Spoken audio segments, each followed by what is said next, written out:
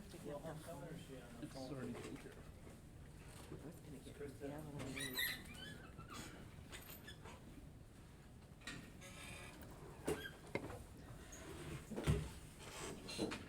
So I'll move over.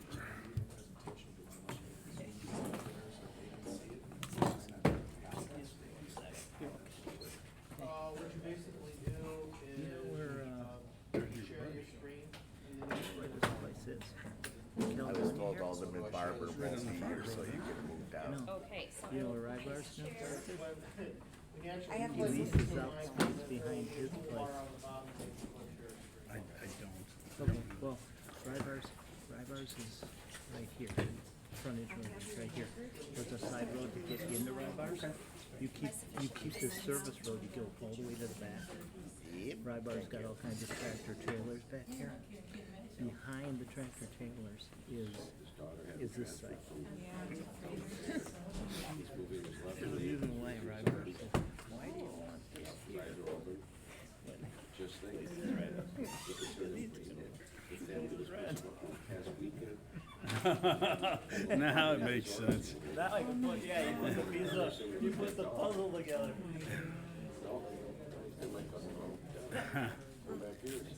Yeah. No, his mom had, dad, stepdad had that property down at 13th and Ryan. Yeah. You know, his place is that, his daughter's wife. Yeah. Everything's got her. So just give me a call, let me know. Okay. Alderwoman, good evening. Good evening, how are you? Better than some. Maybe not as good as most. That qualifies as mediocre.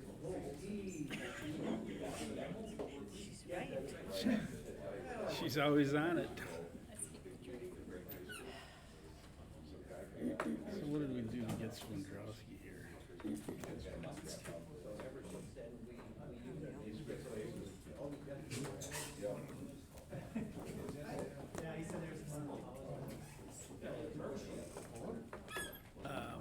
Flooded yards and Copart.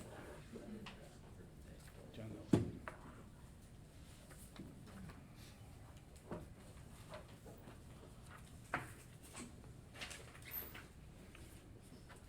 I'm not reading this because we never read it.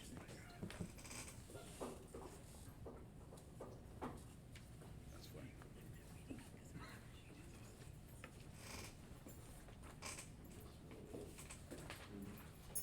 Hey, look who's here. Well, Sandy's got to move over.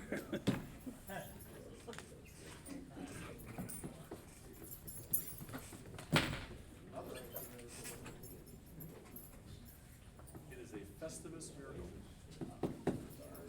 Very happy you're here. Welcome.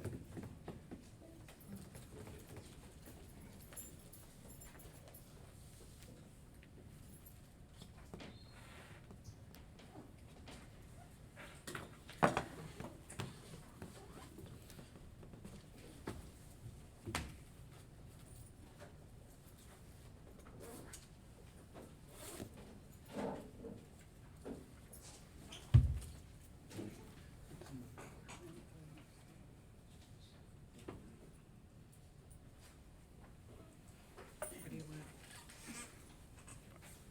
I'm good.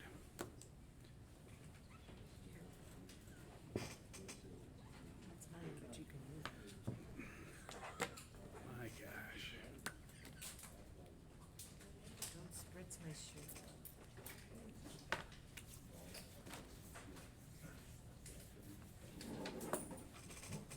Anybody else?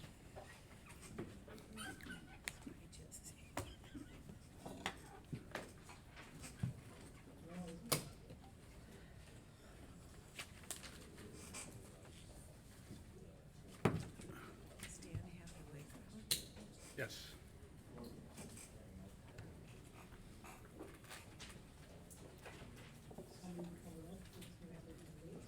Nope.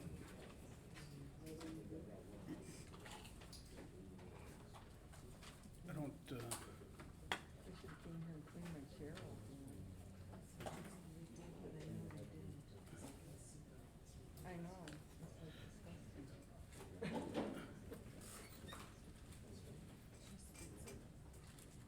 Glenn, can you, there's two people waiting in the waiting room. Can you let them in on Zoom? And one of them has to be let in. See waiting room. Close that. Click. See waiting room. Up, right there.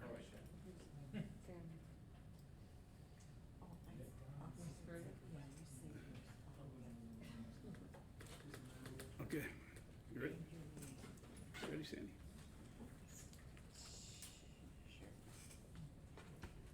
Record. I gotta look at what day it is. I will call the May 19th Common Council meeting to order. Madam Clerk, please call the roll. Mayor Olson, Here? Alderman Dandria, Here.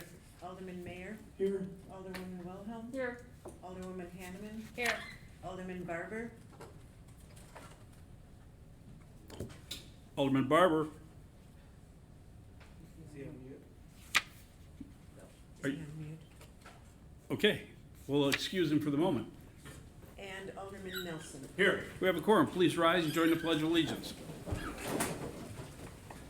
I pledge allegiance to the flag of the United States of America and to the republic for which it stands, one nation, under God, indivisible, with liberty and justice for all. First item on the agenda is citizens' comment period. Any citizen wishing to speak, please rise, come forward, give us your name and address. Use the microphone in the middle, speak loudly, and tell us what you want to tell us.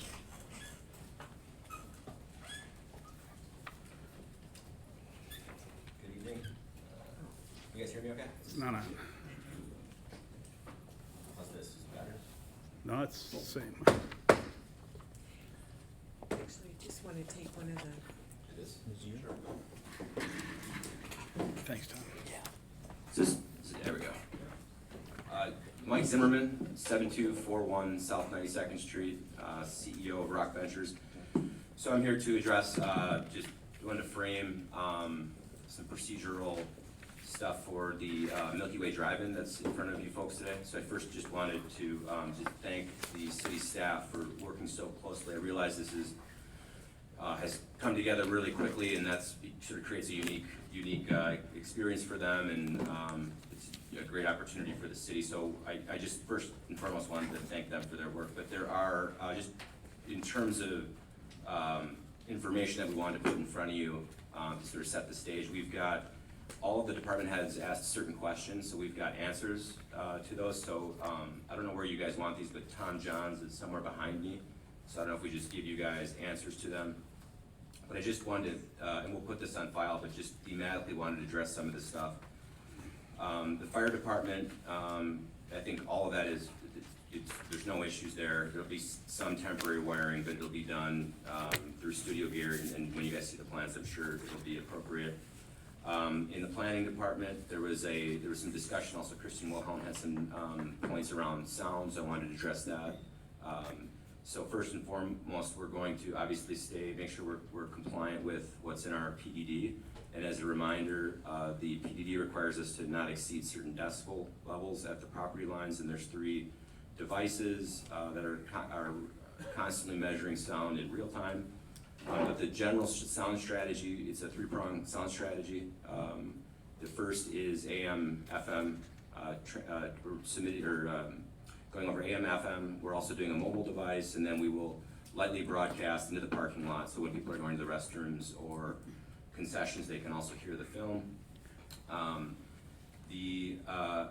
There's also just sort of thematically questions in here around public health, safety, sanitary issues. So we met with the health department on Friday and put in front of them our COVID readiness plan. And that will be documented, and there were some suggestions and some changes that we added to that.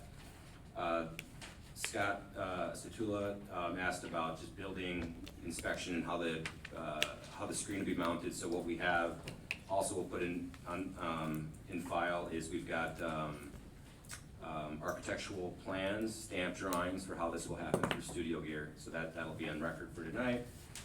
And that was essentially it. So we're going to submit this. There's a couple changes we want to make, but we'll submit it, and we'll continue to work with the city clerk We met with licensing just prior to this, so I just wanted to make sure that these documents had context when we put them in front of you guys tonight. So, thank you. Thank you, Mr. Zimmerman. Anyone else wishing to speak tonight?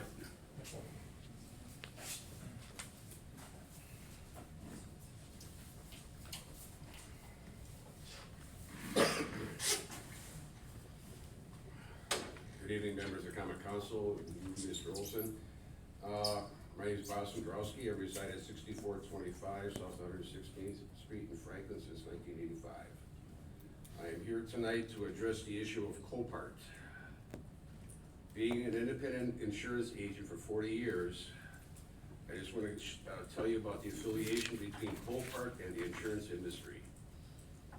Now, when a vehicle is involved in an accident, whether it belongs to an insured or a claimant, all right, the insurance company or carrier will make a settlement with the insured or the claimant. Then Copart is contacted to retrieve the title from the insured. If there's no loan on it, it's very easy process. But if it's a loan or a lease, then Copart has the obligation to go to the loan company or lien holder in this case, or the leasing company to obtain the title and do the final payoff. What has transpired is once that is completed, which is anywhere from a 30 to 60 day process, the vehicles are retrieved by Copart and stored. And these are considered total loss vehicles. Then what happens is, once everything is cleared, Copart then picks up that vehicle and takes it to one of their lots, either here in Cudahy, Appleton, or Madison, and tries to auction it off or tries to get rid of it by salvage. The problem comes in with the delay on the part of Copart is that an insured or a claimant cannot purchase a different vehicle until the lien or the lease is satisfied. I have taken numerous complaints over the years. I have made contact with Copart officials asking why the delay. Well, the problem is they have a very high turnaround at their corporate office. The ones that I've talked to, they say, well, I've been here 5 weeks, 8 weeks. It's gonna take us 6 months to a year to find out how we're supposed to do things. And it turns out the left door doesn't know what the right door is doing. So to have a place like Copart come in Franklin, which to me is a glorified junkyard, they not only have autos, they have trucks, semis, anything that has 4 wheels, they have in store. And they will have those for an undetermined amount of time. To me, putting that type of an operation on that 44 acres, I just cannot see it. I can't see where there's the tax benefit to the city of Franklin and us taxpayers. When you can have that type of acreage more beneficial to more profitable businesses that will build buildings and employ a greater number of employees. I've been to the Cudahy operation. I know Alderman Barber has today. I've talked to the mayor of Cudahy and one alderman, and they wish that they would have never approved Copart. What you have behind the Cudahy operation is duplexes. The people constantly complain to the city about their operation. The other issue is the environment, all right? The vehicles that are total loss, the majority of them are leaking oil, antifreeze, and gasoline. How do we protect the environment when you have that going on? Granted, they're gonna have like a clay liner, or they're gonna add stone on top of that. But what is that gonna do to the waterways? When it floats down, not on top of the clay liner, it'll float down into the waterways. It's an environmental issue that should be addressed. And that's what's going on in Cudahy. It's affecting their water supply. And you're getting this from the neighbors, and that's their main concern. They're getting the smell of everything. So I can't see how the Franklin Common Council can sit there and try to approve an operation like that. You take a look at it, El Shill on Double O, that's a junkyard. This is a glorified junkyard is what it is. And again, they keep these vehicles for an undetermined amount of time. It could be 60 days, 90, 120, it could be 6 months before they get rid of these vehicles. Because you have to find by auction or a salvage yard that is willing to purchase those vehicles. So it's a problem. Like again, if you wanna put that type of operation in the city of Franklin, Do it on the new park down on 27th Street. I mean, you've got Waste Management, you've got a trucking firm, you've got On the Border, you've got a towing firm. That's a good place for it. Not where it's located now. And then you're gonna have Strauss Brands there. And then you're talking about residential properties as part of that development. Who's gonna wanna build a $450,000 to $700,000 home knowing you got Strauss Brands and Copart? How is that gonna affect the value of those properties? What's gonna end up happening is Bear Development is gonna come in and say, look, I can't sell that land. I can't sell the acres for residential development. So I wanna go back to putting it into something else, maybe an extension of Copart. Then you're looking at something else. So I'm urging the Common Council to reject Copart coming into the city of Franklin at its current location. It's very simple. I've done the research. Again, 40 years of experience in the insurance industry. I can tell you this, it's not a well-run organization, not at all. And I wish Alderman Barber could actually verify what he saw down in Cut A. Yeah, they have a 6-foot fence, they should have another 10-foot high fence.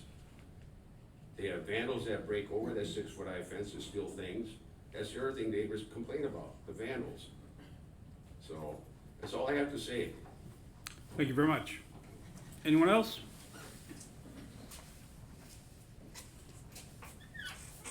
Representative Skronsky, good evening. Yeah, good evening. Town Council there, good evening. I am in here to place my views as a citizen of this community, a future, how can I say it? A longtime citizen of planning of this city and how this community has developed and why it is, should be developed properly with good zoning and not to have this type of business in this community. It does not sit well with the value, that there is no value in that business to this community tax value. That area was designed and was set for a industrial park, not the same as the one that we have on 51st Street, but one step down for small businesses to start, tool shops, cabinet shops, tool and die, smaller business that will exceed and have a beautiful park. And the reason that land has been sitting still is until we got the sewer and water out there. Now that we have that, that park could be developed, but to take virgin land and develop it into a junkyard of automobiles is ludicrous. You are just, should be embarrassed to even think about accepting an application for that type of business in this community. Marion X has left. Nothing you said. Okay. So I am 100% against any development of that kind in this part of the city. There is a lot more that could be done to it. And I can help in getting, and it should have been done a long time ago, because of my knowledge on the Economic Development Commission, the Plan Commission. This community deserves a lot better than that, than have this type of business in this community. And I strongly suggest that you vote this down, and do not have that in our community. Thank you. Since you're here, Mr. Representative, there was some federal funds that were held up at the state for COVID relief for municipalities. Any word on any of that coming through to the locals? Not at this time, because we are out of session. The governor has closed down any activity within that building. All our people are pretty much out of it. There won't be any activity until we can get back into session. Until then, I'd have to say there's nothing happening So no funds for the municipality. at this point. Thank you very much. All right, and if possible, if there's any more when this item comes up, I may like to come back and speak again. Anyone else wishing to speak?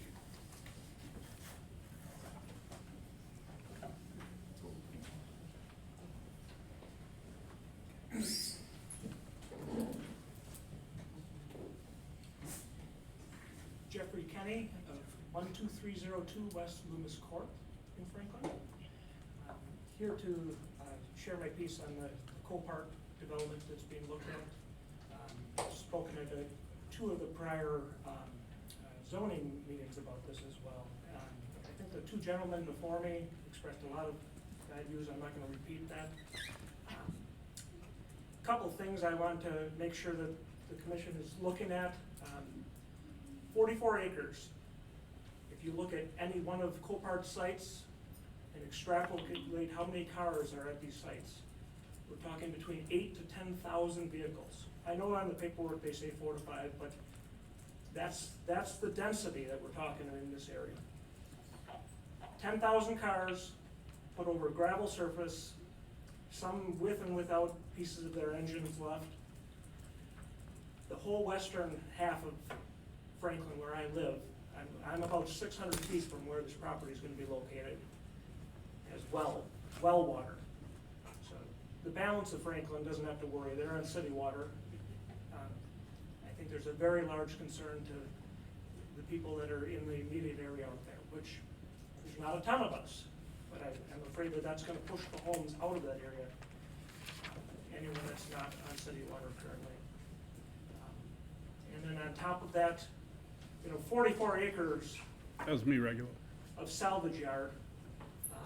I don't know that we have anything to compare in the area. Every other salvage yard I look around in the Milwaukee area is in the 10 to 20 acre range. The one that Copart is currently building on the north side, it's talked about being their Menominee Falls location. It's in the city of Milwaukee. It's in the city of Milwaukee for a reason. It's because no other suburb in Milwaukee is considering this in the slightest right now. So I just want to leave you with those words.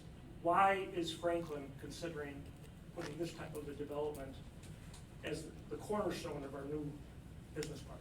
I'm not against development. I'd like to see plenty of development. And everything that we've been looking at up to this point was acceptable to me. And this is not. Thank you. Thank you very much. Anyone else? Mr. Haley?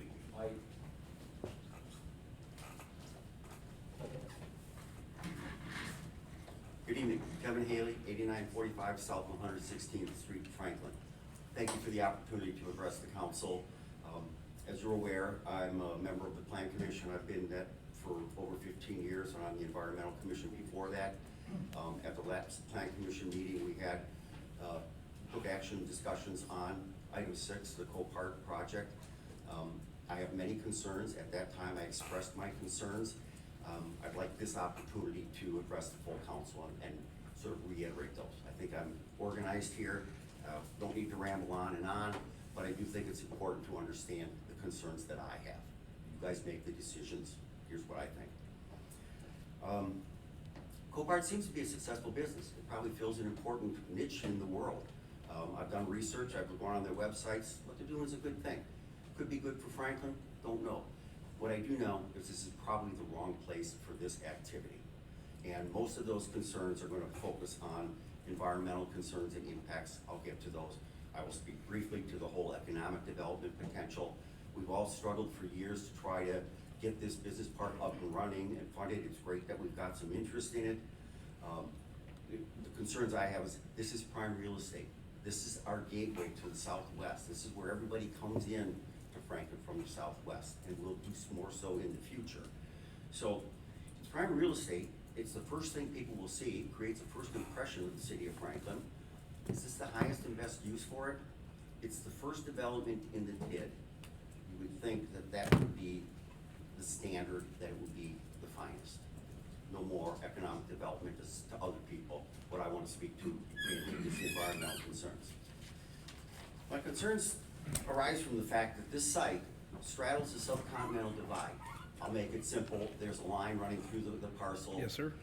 Most of the water on site runs to the northwest. What number are towards you the calling? Mississippi River. Everything else on site runs to the Root River watershed and ultimately to Lake Michigan. So there is a small piece of this project site that actually drains to the northwest into Muskego. That's their issue, their problem. I would Ready think and that they waiting would for have you. some of the similar concerns, but this is the city of Franklin. So the issue that we have is because it's at the top of the watersheds, everything is trying to move through Franklin to Lake Michigan. And it's hydraulically connected, both with surface water and subsurface water. So the rain that falls on the parcel right now soaks into the grass. It's a very wet farm field, soaks into the grass, ultimately into the groundwater. That's a good thing. If that water somehow gets tainted and absorbed into the groundwater, we've got a problem. If it runs off the site, as it's designed to do, into our groundwater supply, into our watershed, we've got other problems. So I think we need to Mayor, point of be order, there's concerned about just it, way and too we- much conversation going on here. You got one over there, you got one over there, you got one back there, and I'd like to hear the gentleman speaking. Got one please. right there.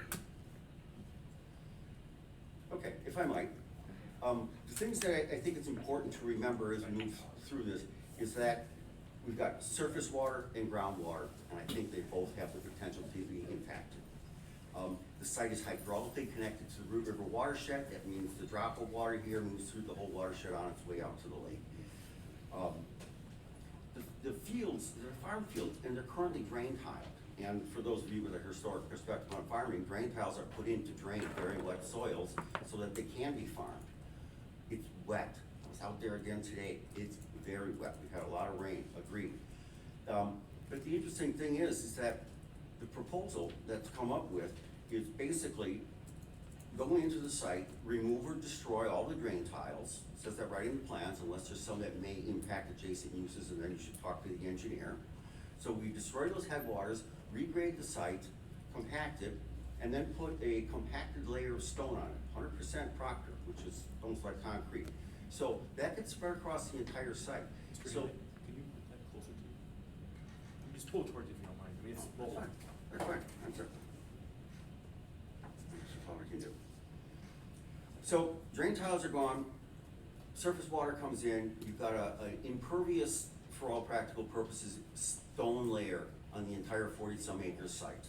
So the intention there is not to let water move through the site as it currently does, but actually to shed it off and divert it to the various corners of the project where there's a detention basin. Detention basins are intended to capture stormwater runoff, hold it, let it infiltrate into the soil, and ultimately flow out into the watershed. So the water doesn't not go anywhere. It flows off the site to the catch basins where it lays and either absorbs directly or overflows with the next major storm event. So anything that falls on that 40+ acres eventually is finding its way into our watershed. Now, it's been argued there's very little impacts. The vehicles are all drained. You know, they come in and everything's clean. I took it upon myself and I looked at Copart's website. Alderman Barber. Pictures, all the pictures on it show waste stains, dripping machinery. It's horrendous, and you'd think that they'd clean up their website to not show that stuff. But the point I'd like to make is even small drips and dribbles and things like that, they're all cumulative. And then you also have the potential for a catastrophic spill or loss, a tank rupture, something. It happens. The point is, these are cumulative, they don't go away. Anything that happens out there on this site will end up in our watershed. I've spent 25 years of my life cleaning up Superfund projects, EPA projects, contaminated parkland from spills. It's almost impossible to reverse it. All you can do is spend money on trying to clean it up.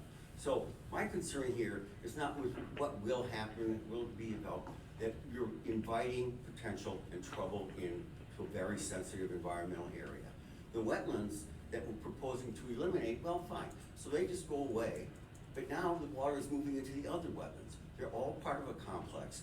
And this complex, you look at it on the plans, everything that's green is all draining to Lake Michigan. All those trees out there, the contours, bring that water and take it there. So Mosquito's got a little problem, we've got another problem. But the concern is that there's these incremental and possibly catastrophic impacts. So you've got 40 acres with an 8-foot fence around it, covered with compacted stone, that will cause the water to run off into detention basins and then the surrounding wetlands and watersheds, just to summarize that. According to the developer, we've got up to 5,000 vehicles there for an average duration of 50 to 60 days. That's a lot of time for things to drip out.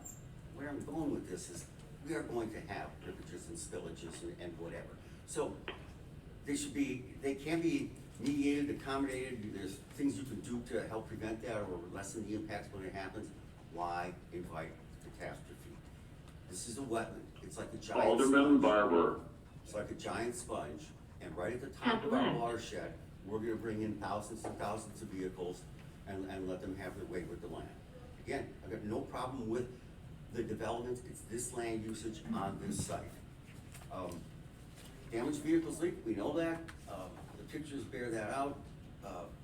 The company has protocols in place to deal with the inevitable spills that we'll have on site. I read through that, it's good things, but it acknowledges the fact that there will be spills. And looking at the aerial photographs and their web photographs, they're everywhere. There's black stains on everything. Point is, it happens, and we know it's gonna be there. The first flush is the one we always worry about in stormwaters. This stuff slowly accumulates, gets into the catch basins. That first flush comes through, pushes all that stuff downstream. It's just the reality, it's how storm system works. One of the issues before you is the natural resource special exception. And Franklin has taken it upon itself to protect natural resources because they're significant, not just because they're cool or they're neat to look at. They're part of the sustainability of this community. They're part of the functional ecosystem, the water. These are all the things that are out there. And Franklin has chosen not only to piggyback on what state and federal regulations protect the wetlands, but also its buffers around it, a larger, greater area. What you're being asked to do, besides everything else, is basically let them bulldoze, scrape the site clean, put a raincoat on it, shoot it all off to the edges. It doesn't make any sense to me in this location.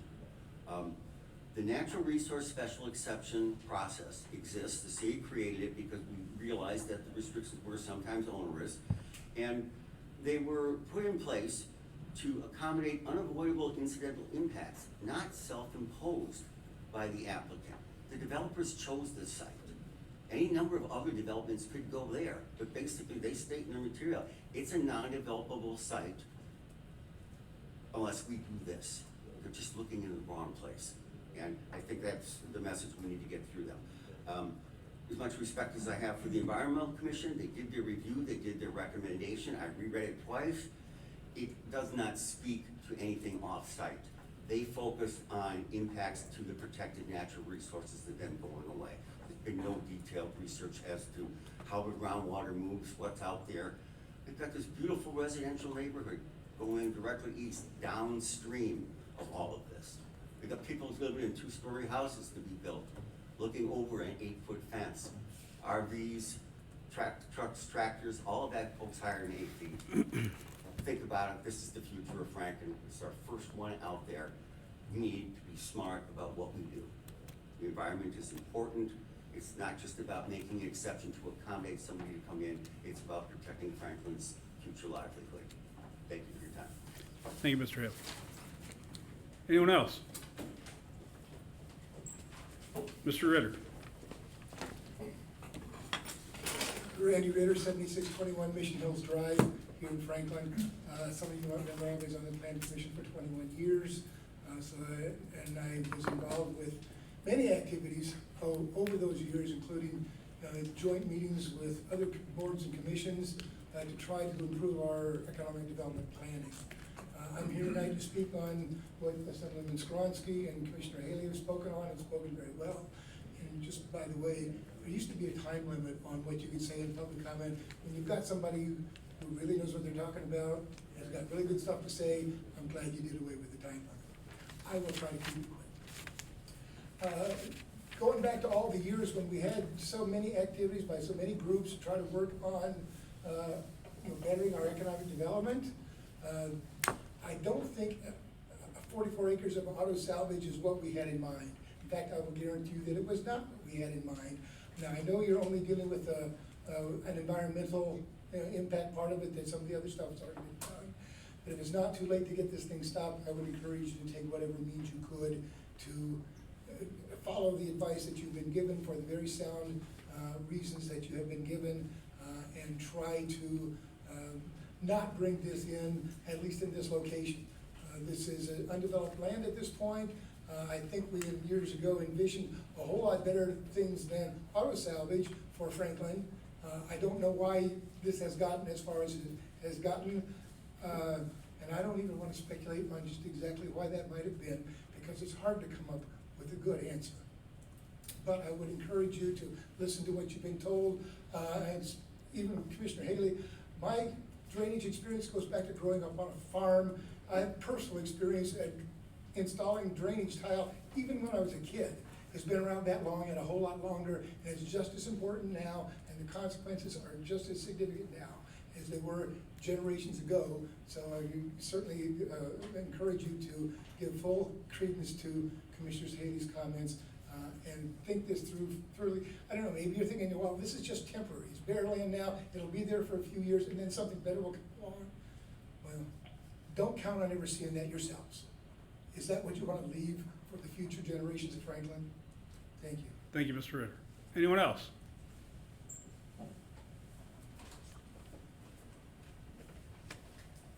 Mr. Mills.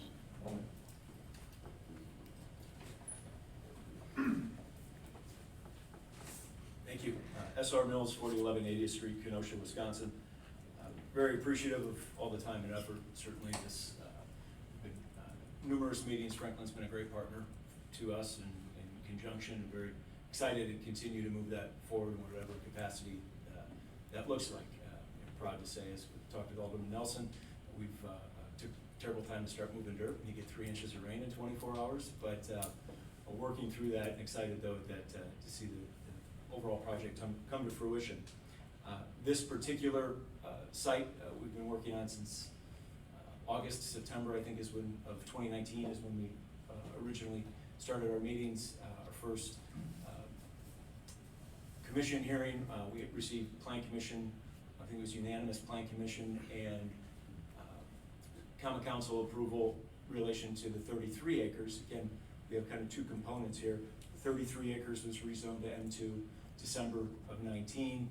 At that time, as many of you remember, but not all, part of the reason we could not rezone that last 5 acre usable component was because of a split zoning regulation that you're not supposed to have 2 different zonings on a single parcel. So we worked through that process as well as the natural resource exception, obtaining all the approvals and permits and everything needed there.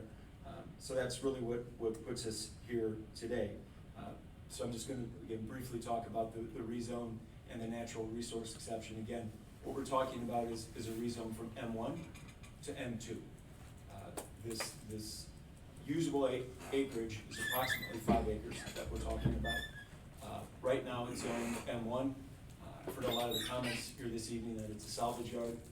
If that was in fact true, we wouldn't need to be looking for a rezone. It's not a salvage yard because salvage yards are allowed within M1 zoning. We're likely the neighbor, certainly with the most economically to lose on this. We have a very large investment to the north and to the east. If we thought it was a bad decision, we wouldn't propose this. Frankly, we like the M2 rezone because it's, at least in relation to this, is more restrictive and has, you can't do salvage yards within an M2. So that's part of the reason that we think this makes sense.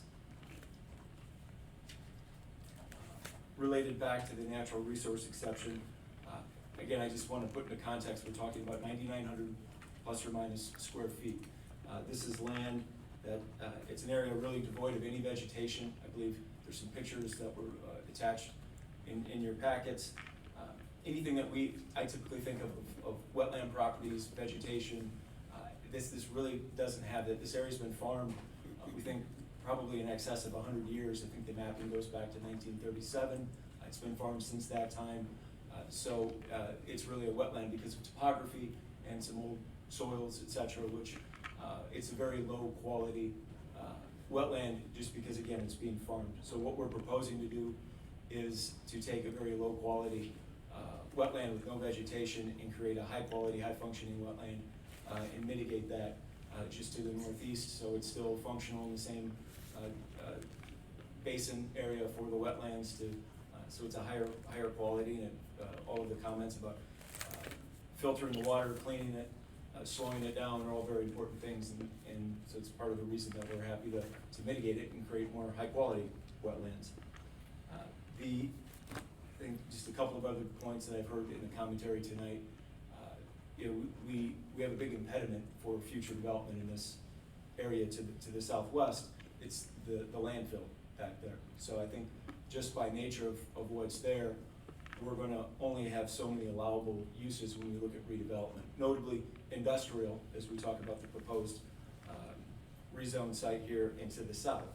We're very comfortable with the single family to the northeast, 79 lots. Again, we have a lot of action on those now. We're looking forward to bringing them to homeowners and selling the end product. I think some of it, even when we talk about the impact it will or won't have, I believe later in your agenda tonight you have an additional subdivision directly across the street. So I don't think that we don't see this as a negative relating back to the subdivision.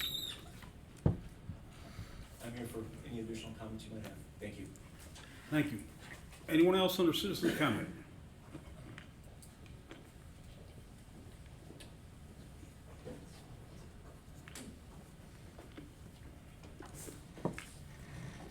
Good evening. My name is Rick Donner. I'm the attorney for Copart. My address is 1000 North of Water Street, Milwaukee, Wisconsin. Appreciate the opportunity to be before you this evening. So, as you know, Copart is a publicly traded company with over $19 billion in assets and more than 240 locations worldwide. Copart is excited about the opportunity to invest in the city of Franklin. I just wanted to touch on 2 points that were in the staff report and some of the comments made tonight. First, in follow-up to what Mr. Mills said and what was in the staff report, the zoning request tonight being made tonight from M1 to M2 is a more restrictive zoning. Salvage yards, used motor vehicle parts sales, entire sales are all allowed in the M1 current zoning. They're not allowed in the M2 zoning. Additionally, the proposed rezoning to M2 is consistent with the city's comprehensive master plan. Second, the staff report, and again, another point that made by Mr. Mills and in the staff report, what we're talking about is a 10-acre section of the 44-acre parcel. The previous 33-acre section was approved, the rezoning was approved unanimously by this council back in December. The second point from the staff report I just wanted to touch on was a report that was included from the city engineer describing a Copart facility in Caledonia. Just wanted to give a little background information on that. The facility in Caledonia is a temporary overflow lot that Copart has been using for less than a year. Copart's client base is expanding. Their clients include insurance companies, licensed dealers, financial institutions, charities, municipalities, and fleet operators. So Copart needs additional storage space, which is why it's developing in Milwaukee and proposes this site in Franklin. The lot is a temporary solution to address Copart's storage needs. Regarding the condition of these vehicles at the Caledonia lot as described in the report, the vehicles belong to Copart's clients. Copart never takes ownership of the vehicles despite a previous commentary tonight. Additionally, Copart can't predict what the vehicles are going to look like before it gets them. It also can't tell a client it will only take vehicles in a certain condition. Part of the service that Copart provides is a space for damaged vehicles to go while its clients figure out what to do. So when there are wildfires in California and floods in Houston, the cars can be efficiently removed to a Copart facility and cleanup can begin. The report speculates that in 4 to 6 months, the damaged vehicles it describes will be moved to Copart. This is less than accurate for a few reasons. First, the Copart facility will not be ready in 4 to 6 months. If those cars were to go anywhere, they would go to a Milwaukee facility. Second, there's a misunderstanding there in that what Copart does. The reality is the damaged cars noted in that report won't be around before either facility in Milwaukee or Franklin is completed. If there's a significant car accident, what happens? The drivers call their insurance companies. The insurance companies have the vehicles towed to their preferred auto body garage. The garage determines if the vehicle is totaled. If it's totaled, the insurance company has the vehicle brought to a Copart facility. As a sidebar, it's important to note that a vast majority of the fluids that may be leaking, as talked about tonight, as a result of the accident, come out at the accident site or the body shop during the assessment process. not at a Copart facility. And Copart, like its neighbors, will also be on a well system. When the vehicle arrives at a Copart facility, it is inspected, photographed, and placed into storage. Once in storage, it is made available for sale on Copart's auction website for purchase by Copart registered members only. It's not available to the general public. Typically, if a vehicle is not sold within approximately 60 days, maybe because it's so severely damaged, the insurance company sells it to a salvage operation. The salvage operator then promptly removes the vehicle from the Copart facility intact in one piece. So severely damaged cars are not going to sit for years at a Copart site, not like they would at a junkyard.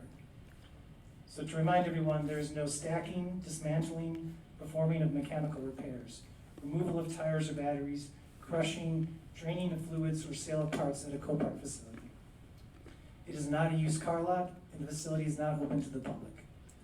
Representatives from Copart are here and available to answer questions. Thank you. Okay, this is citizens' comment period. Another citizen wishing to speak. Anybody else?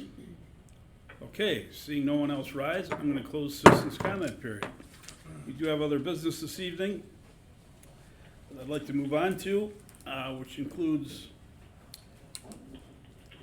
item number 2, which is mayoral announcements, which we have transformed into our Emergency Operations Command Staff report on the COVID-19 epidemic.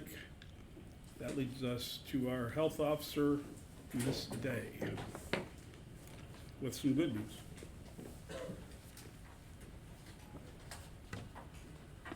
Good evening. Thank you for taking the time to get the latest update from us on Franklin's response to the COVID-19 outbreak.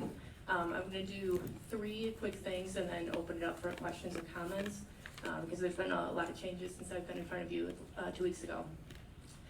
So the most current numbers as of 5 o'clock this evening for Franklin, 90 positive cases out of 894 total tested for approximately 10% positive rate.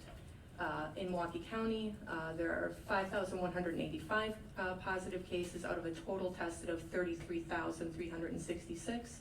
In Wisconsin, positive is 12,885 out of a total of 140, or negatives are 148,237, so approximately 160,000 tests. So with that being said, testing numbers are going up astronomically on the state and local level. A lot of testing centers have been established in the community. We have 2 active right now run by the National Guard in the city of Milwaukee that Franklin residents have been taking a part in over the last week. And those testing sites continue this week from 11 a.m. to 8 p.m. No reservations are needed. You can get tested there whether you are symptomatic or not. So it does circumvent some of the barriers we were seeing with the healthcare system in testing. So with increase in testing numbers of people being tested, the number of positives will go up naturally. But what I can say is that the rate of positivity in the city of Franklin is actually going down. So as more people are being tested, we used to be at about a 12 or 13% positive rate. We're at about 10 now. So these are all good things. Same thing with the state. The positivity rate has been going down over the last few weeks.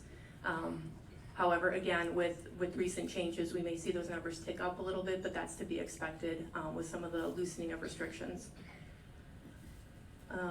Again, we've placed the information for the COVID community sites on the website and on social media so that people can get those directions, dates and times. Then, as I'm sure you're all aware, last week Wednesday, the Wisconsin Supreme Court overturned the governor's safer at home order that was issued by Secretary Andrea Palm. And basically what that means is that all of the plans that were in place on the state level were essentially nullified at that particular point. Wednesday evening, the health officers of Milwaukee County met promptly starting at 5 o'clock to discuss next steps within the county.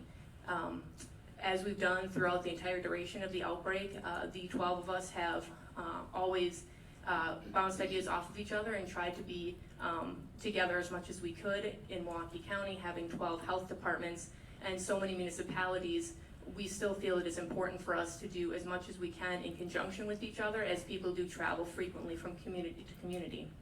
So with that being said, we reviewed what we had already been discussing in anticipation of the Safer at Home order being struck down.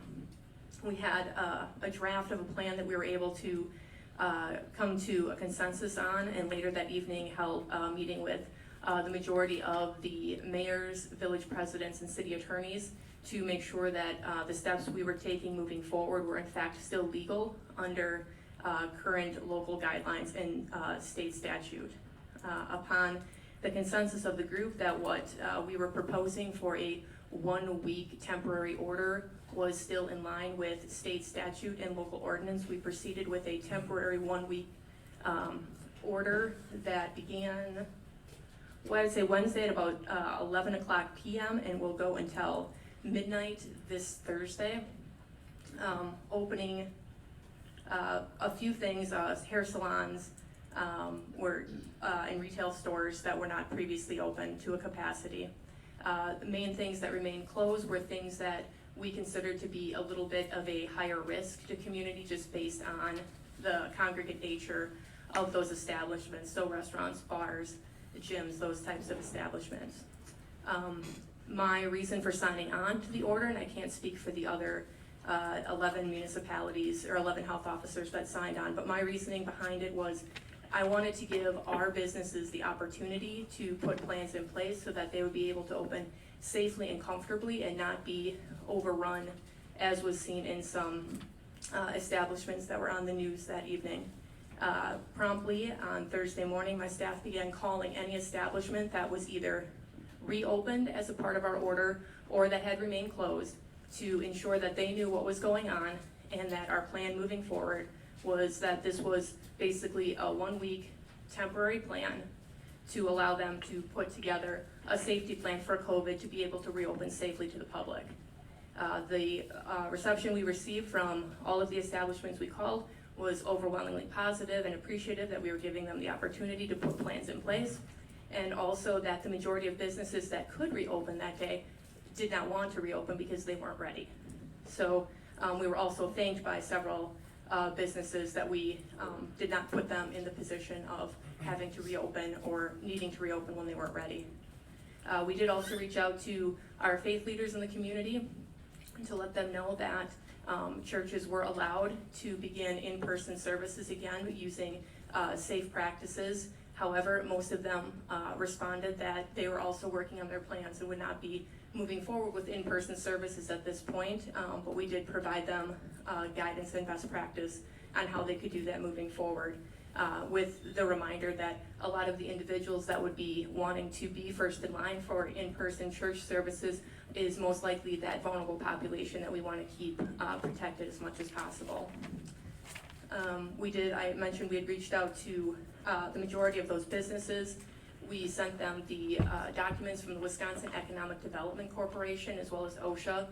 We consider those to be the best practice guidelines, and they're consistent across state and national borders, so that if somebody has an establishment in Waukesha County and Franklin, or Franklin, Wisconsin and Peoria, Illinois, those documents are going to be very similar moving from municipality to municipality or state to state. As I said, in my estimation, this was always a 1-week stopgap for the community. And so this morning, we issued a press release and a statement indicating to our business owners and residents that effective midnight on Thursday, the order will expire and there will be no additional orders put in place. We will be offering guidance and best practice documents and available for technical assistance. We are also providing assistance with businesses that need their safety plan looked at or improved upon. So I believe on the website we currently have this grid that again is a best practice document. It is by no way in order for anyone to follow, but our recommendation is to move across the chart and not open your business full bore unless you are very, very, very confident that you can do so safely. Once you feel like you can manage your plan safely and move to the next step, that's encouraged. But again, this is a guidance document. It is not meant to be an order or a directive that people have to follow.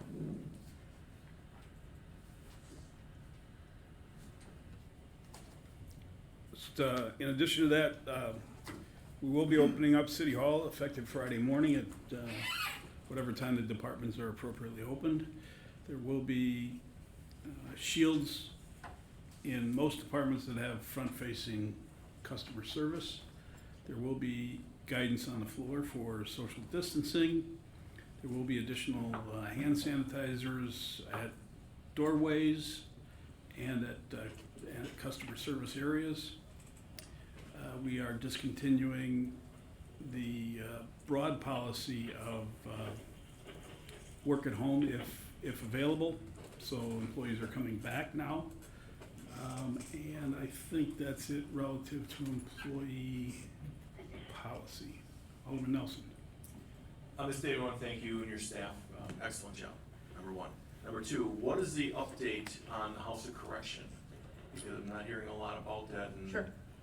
Yeah, so people who are following the daily updates, either on the website or on social media, I did remove the House of Correction update because all of their staff and inmates had cleared the isolation protocol. Some of them are still listed as in the recovery dorm. The House of Correction took the extra step of creating a sort of a step-down dorm for those individuals who tested positive. So after they finish isolation in the COVID positive dorm, they move to the recovery dorm for an extra 14 days just to make sure that they're absolutely cleared of the infection before going to the general populace. But right now they have no active infections that we know of. They do have the alternative care facility that was built by the Army Corps of Engineers that is scheduled to open this weekend. Okay, and in that, which is the Lauder building, the annex. Yes. For a lot of people that aren't sure, are they gonna be accepting sentenced state prisoners that have tested positive for COVID? My understanding is that yes, that could happen if those individuals test positive. Thank you. Anyone else? Mayor. Alderman Mayor. I'd just like to remind everybody, the COVID-19 response, we've all heard about lowering the curve so it doesn't overwhelm the health system. The COVID-19 response can be looked at just like law enforcement. We have police officers that work on crime prevention every day. And so when our crime prevention, when our crimes are down, we think, well, we don't necessarily need more police officers. But we forget that it's those police officers that are keeping that crime rate down. It's the same for firefighting. We have firefighters working on fire prevention. And so when there's fewer fires and fewer fire situations, we think, well, we don't need those firefighters because there are no fires or fire situations. Well, now the COVID incidence is down, so we get the false impression, possibly false impression that it's over and we can just go about business.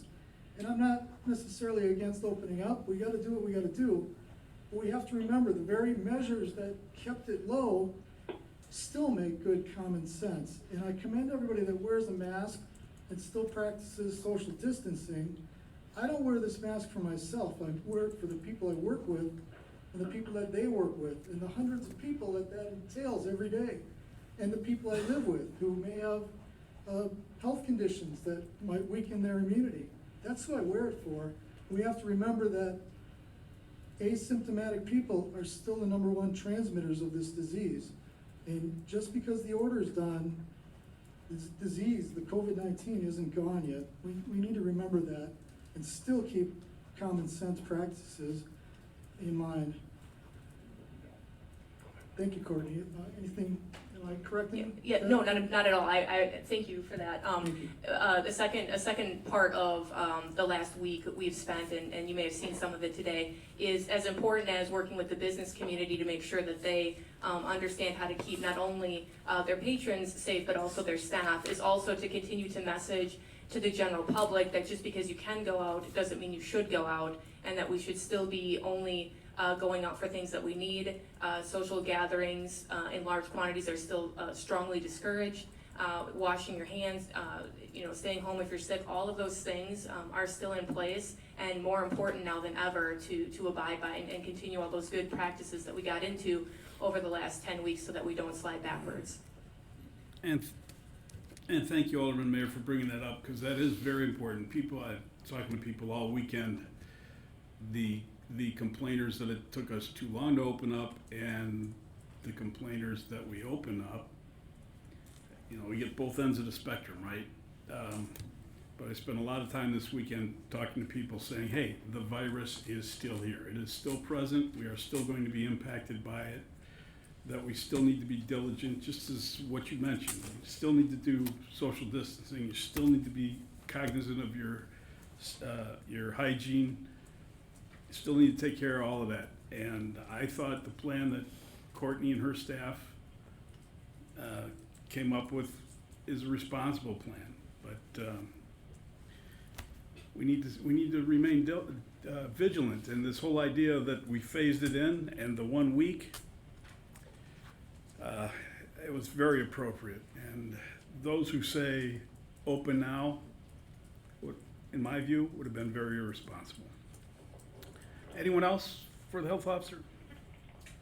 Thank you very much, Courtney. Appreciate it very much. Thank you. If you have questions afterwards, just where to find me. Thank you. Without objection, I'm going to move to G1, confirmation of appointment of Heath Robert Eddy as planning manager. Heath's been Zooming here for the last hour almost. Heath is on the screen. Heath, you're about 5.5 feet tall right now. Welcome. I appreciate you spending time with us on Zoom. Heath comes to us. We had about 55 applicants for the position. Heath, I don't think you knew that. Heath survived 2 rounds of interviews of the committee, and it was a fairly large committee in transition.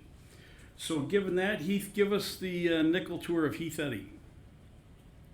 Well, okay. I've been doing it for a while, 24 years. I've had quite a bit of experience in land use planning, design, zoning, review, that type of thing, all variety of it. I have quite a capacity to work with a wide variety of groups, people, individuals, stakeholders, in the very earliest days of my profession going forward. One of my critical beliefs is that customer service makes a big difference in the public, as we work for the public. And so it's very important that they understand and understand what it is we're looking for and what it is that we're about. Even if we're giving them information that they may not want to hear, if it's a no or a yes, but it's going to be complicated, at least be upfront about it. Tell them what it means. Communication is very critical in this profession.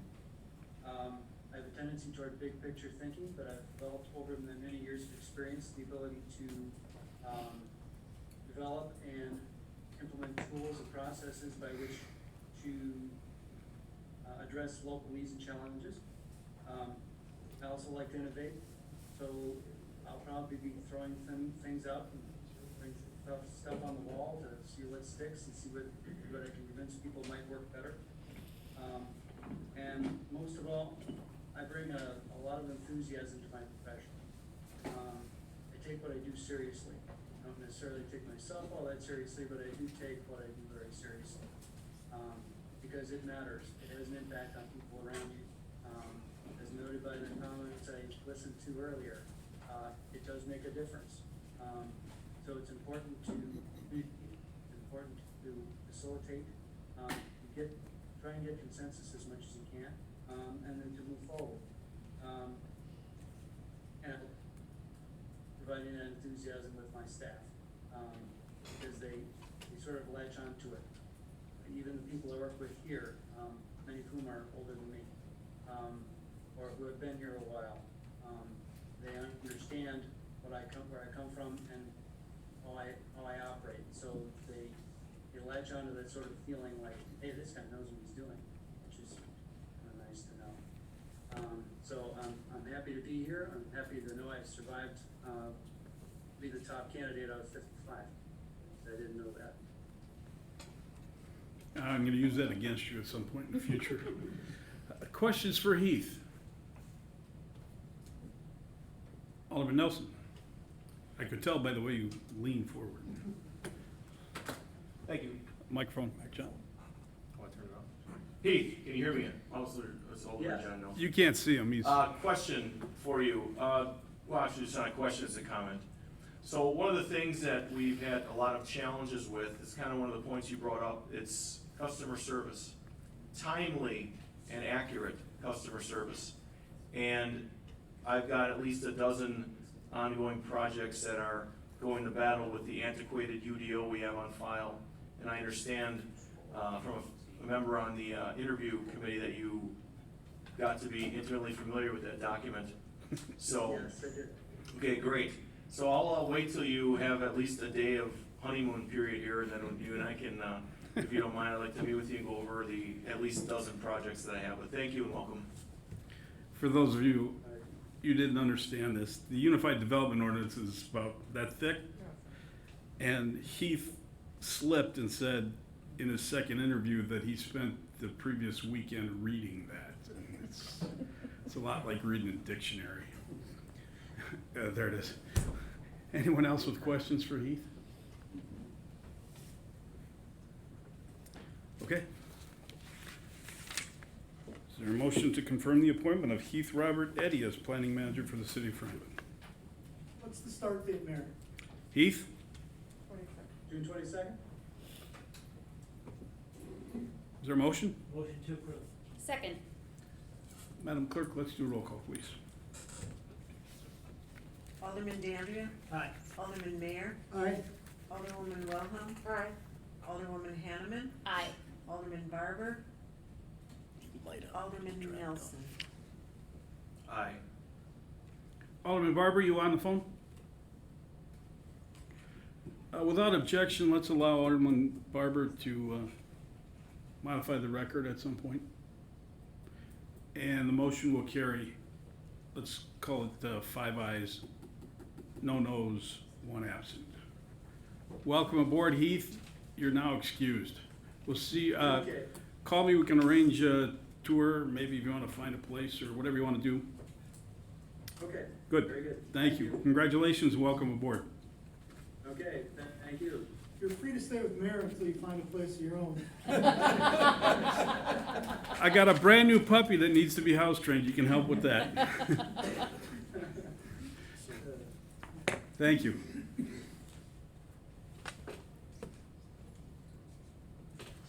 Okay, let's move back to item C, approval of the regular common council meeting minutes of May 5th. Any additions or corrections? Is there a motion to approve? Motion to approve. Second. All those in favor? Aye. Aye. Any opposed? Motion carries. Organizational business, item E, any request for separate action?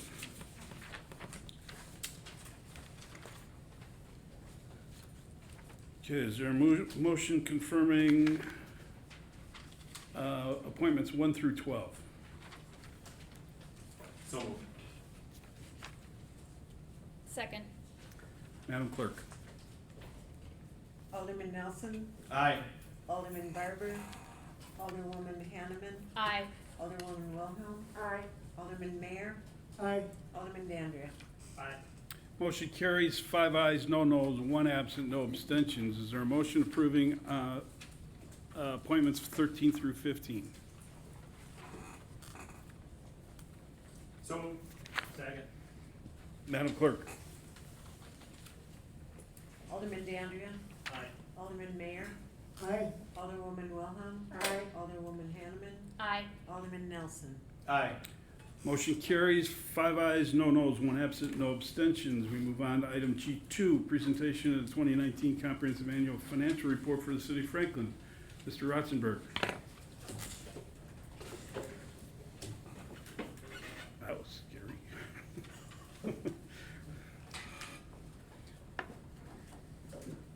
Thank you, Mr. Mayor. One of the two main projects that the finance department has on an annual basis is to prepare financial reports, which is a stewardship of the city's financial resources, conducted in a fashion in which the Common Council adopts a budget. By state statute and by prudence, the Common Council engages an audit firm to come in and review the preparation of those annual financial reports.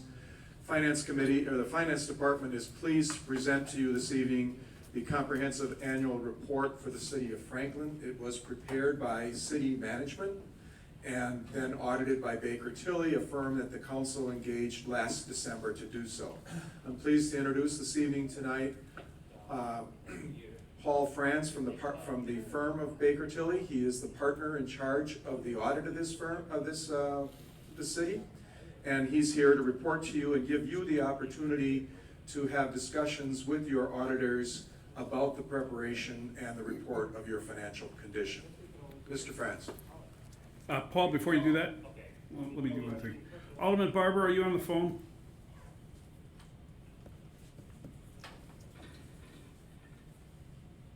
We may need to get the Pelican out. Paul's still muted. Could you unmute Mr. Franz, please?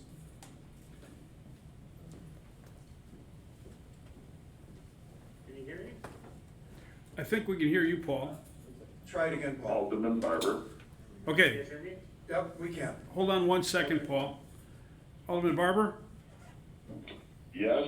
Okay, we're gonna back up, Alderman Barber, and we're gonna take your votes on 3 items. Okay? Your vote on the confirmation of Heath Eddy as planning manager is what? Aye. Your vote on the aldermanic, or the appointments for the committee appointments on appointments 1 through 12 is what? Aye. And your vote on the appointments 13 through 15? I have a question on number 14, Which is? the Quarry Monitoring Committee. Yes, what is your question? In the attached sheet for the requesting to be on the committee, the individual says that he wants to be on it because his house is being affected or something to that word. And I'm just wondering if Kristen Wilhelm has had any chance to talk to that individual to find out if that connotates any kind of a bias. Alderman Wilhelm. I think we're the quarry monitoring committee, and someone who has direct knowledge about it is appropriate for the committee. Is there a bias there based on the fact that he is being affected by it, and that's what he states in his sheet? City attorney. Mr. City Attorney. An example would be the created pursuant to the Wisconsin statutes, landfill siting committee designates affected nearby residents as appropriate for being on a siting committee. So I don't see that as a conflict. Well, I know in the past there was an alleged bias on somebody's, that was some other appointments that were out there, so I just want to ensure that that doesn't exist here. Well, it depends on which way the bias goes. Mr. Okay. City Attorney. There were former members that were plaintiffs in an action against the city regarding the quarry. It's the forum that's created for the purposes of review as opposed to one side or the other.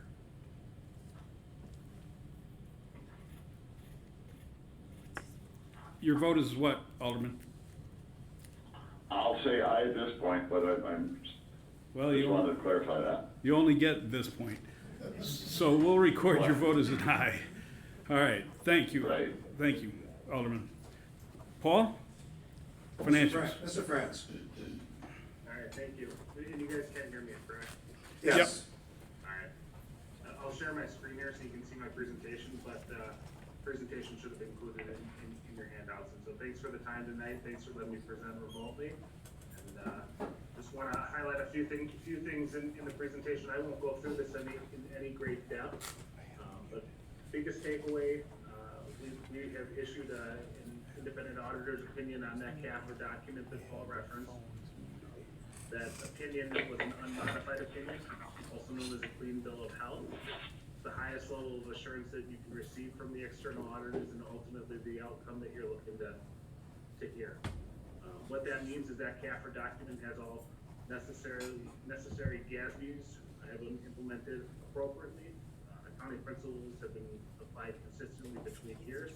All necessary disclosures have been made within that document, and that there are no material misstatements identified and remain in that document. So again, clean bill of health, highest level of assurance that you're looking that we provide to you.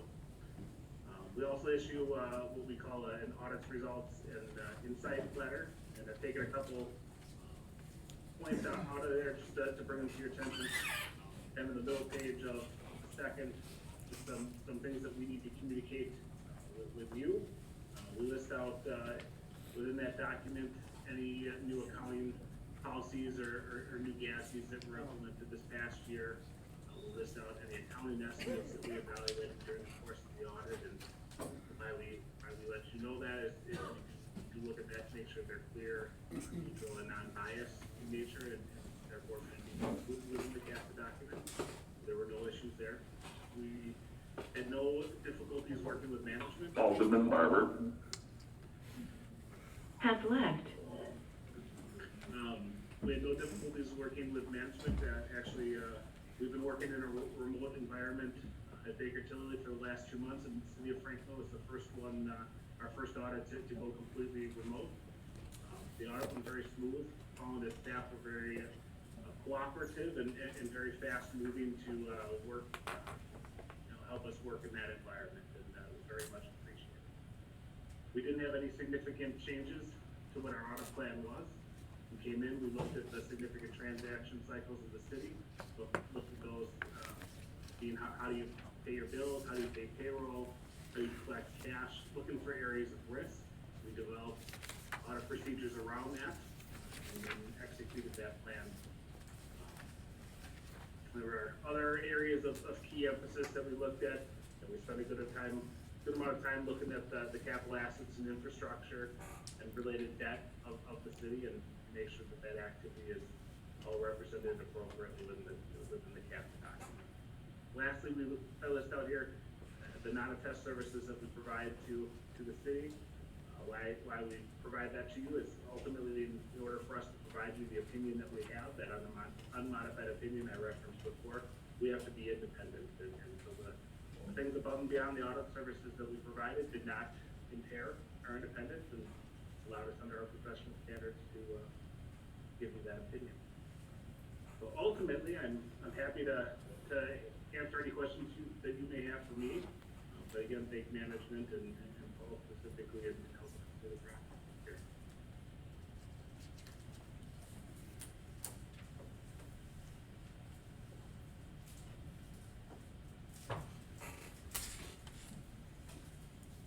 Questions for the auditor? The important 2 words are clean audit. Clean opinion. Clean opinion, unmodified. Alderman Barber. Okay, I guess Paul on the phone. I think that's great. Thank you very much. Any questions? And for those on Facebook and in the audience, the Finance Committee has already had this report, so 3 aldermen already had an extensive background on this. Alderwoman Hanneman. Thank you, Mayor. And I, being one of those alderpersons who've had a chance to look at this financial report and audit report already, thank you and your team.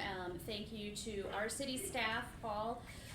As someone new on the council and new on the Finance Committee, I found the reports and the findings to be very clear, and you've walked us through it in a very meaningful way, so I think that these reports are meaningful for the public at large.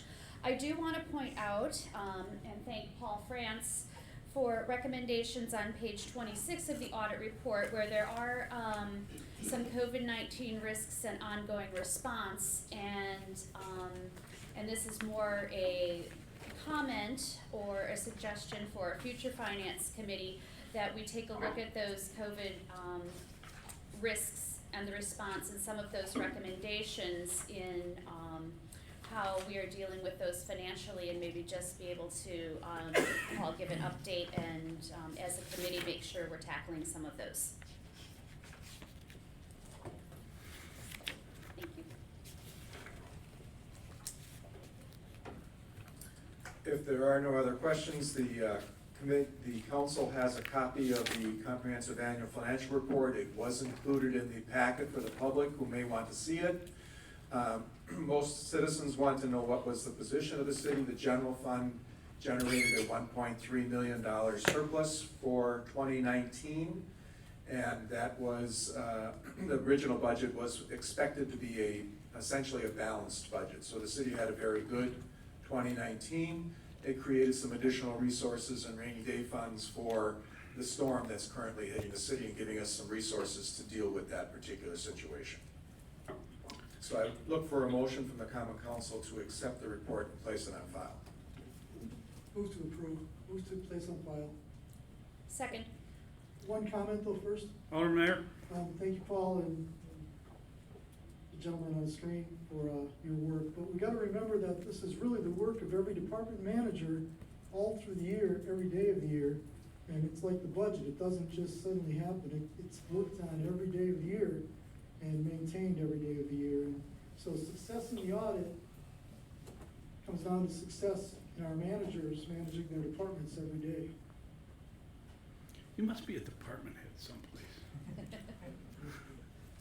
Well said though, Dan. Motion to receive and place on file. All those in favor, signify by saying aye. Aye. Any opposed? Motion carries. Thank you, Paul. Thank you all. G4 is an ordinance to amend the Unified Development Ordinance. G3 is purchase of MDCs for the police department. So moved. Second. All those in favor? Aye. Aye. Any opposed? Motion carries. Alderman Barber, you on the phone? You're welcome, Chief. Alderman Barber? Yes. Thank you. G4 is an ordinance to amend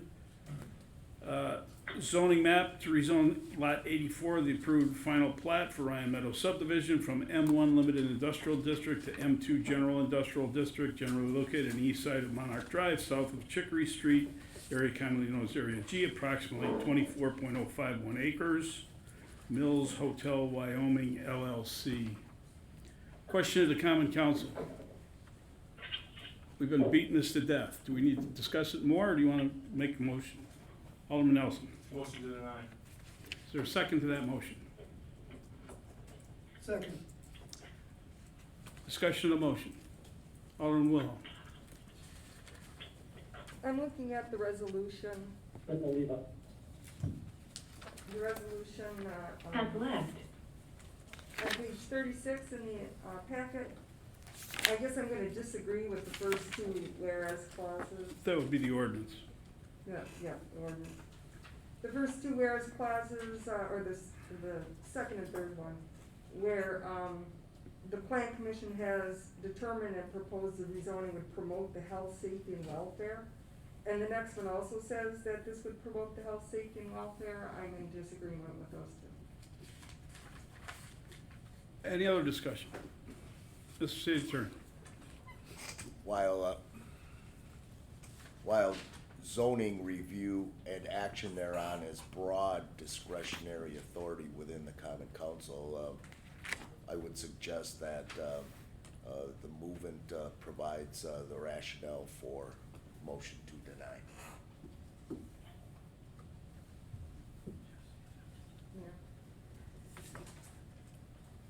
Are you the movant?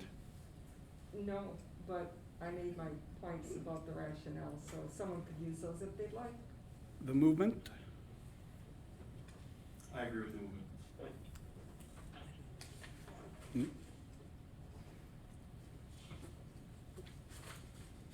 Okay. Justification being the two whereases. Does not promote the health, safety, and welfare. Okay. Let's just do a roll call, Madam Clerk. Alderman Barber, you still there? Yes. Okay. Alderman DeAndrea, No. Alderman Mayor, Aye. Alderwoman Wilhelm, Aye. Alderwoman Hanneman, Aye. Alderman Barber, Aye. Alderman Nelson. Aye. Motion to deny carries. 5 ayes, 1 no, no absent, no abstention. Motion is denied. Motion to deny is approved. Don't often have those, so, okay. So then we've got the two-lot certified survey map.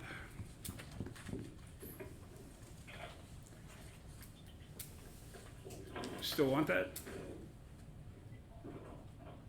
Okay, motion, is there a motion to adopt the resolution conditionally approving a two-lot certified survey map?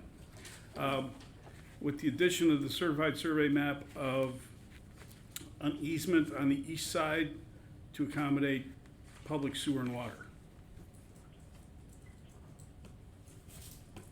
Alderman Nelson. So, just so we are discussing, it was not announced, it's item G. George 5, correct, sir?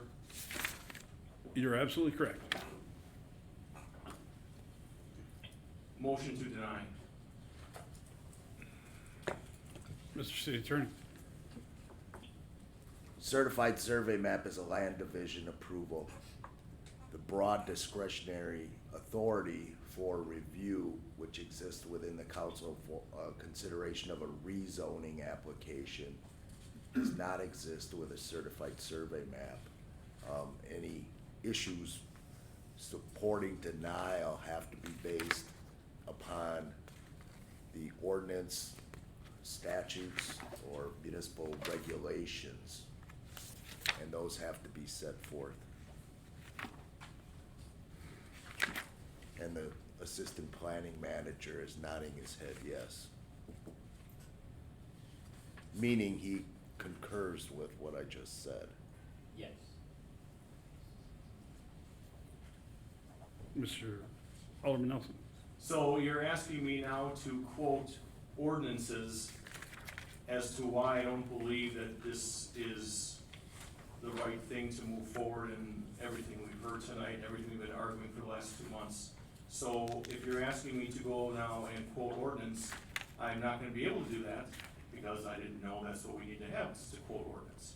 But we do have a motion, and I believe we have a second, I understand your position, Mr. City Attorney, but if we have to, then I've gotta hold it over so I can speak intelligibly what exactly you're looking for. Mr. City Attorney. I'd ask the assistant planning manager to speak to any potential bases, since he prepared the staff report, et cetera, on the subject matter. Do you hear me? Do you hear me? Hmm? Yes, the two-lot certified survey map complies with the minimum area, minimum lot width of the N1 zoning district. So I don't see a reason for denial according to the UDO.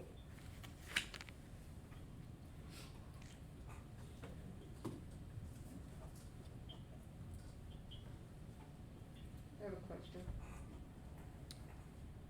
Alderman Nelson still has the floor. Ursula, could you please restate that? I'm sorry, I didn't really Yes, catch all that. that the lot 84, the certified survey map to subdivide this property into 2 lots. The 2 resulting lots comply with the minimum lot area, minimum lot width of the N1 zoning district. So the proposed certified survey map complies with the UDO. Nothing for now. Mr. City Attorney. Mr. Assistant Planner, aren't there substantially more provisions regulating land divisions in the UDO other than size of a lot?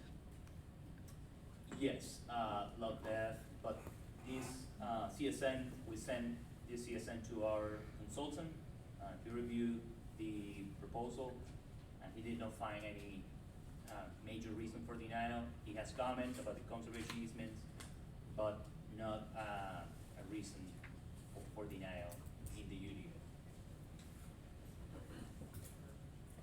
Alderman Wilhelm. I guess the question for the city attorney, doesn't the CSM require the conservation easements to be shown? And it says that the CSM and one of the conservation easements for lot 84 does not appear to include the shore buffer shown on the NRPP. Shouldn't the CSM match the NRPP according to the ordinance if you're going to show the natural resource features on the CSM? Yes, that is correct, but the applicant submitted the conservation easement to include the shore buffer area. So what I have in front of me has not, it doesn't say corrected, this item's been corrected. No, Next because, one. I mean, the memorandum is dated on April, Okay, and the applicant has addressed the comments on the memorandum. okay. And he's addressed every comment that you wanted him to address. Yes, and the comment that has not been addressed is part of the conditions of approval. I guess I refer to the city attorney for assistance with Alderman Nelson's concerns. Guess I don't know if that's really necessary, his ability to do that. But I guess I see what, if we take this off of here, then that goes with, the site plan, so they need this lot in order to have the site plan approved. Site plan was approved by the plan commission, which doesn't come before the common council. So if we don't approve the CSM, then there's really not a need for that at this point. The site plan's been approved by the plan commission, but not by the council.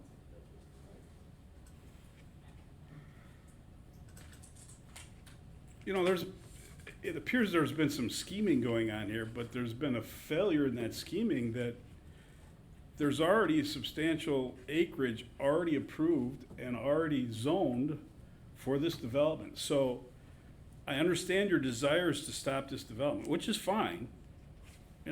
That is what it is. But denying the certified survey map is not gonna stop the development necessarily, because they have 30 acres still already appropriately zoned. You can put your hand down, it's okay. It's all right. Not gonna hurt. You can say, I recognize you. That's fine. I looked right at you and acknowledged you. So, to deny the certified survey map is not gonna stop the development in its own right. There is potential that it will stop other things, Alderman Nelson, that you know about. Okay, so be aware of that. So, that's all I'm gonna say on that. Alderman Wilhelm. Well, I'm gonna object to the scheming. I haven't been involved in any scheming.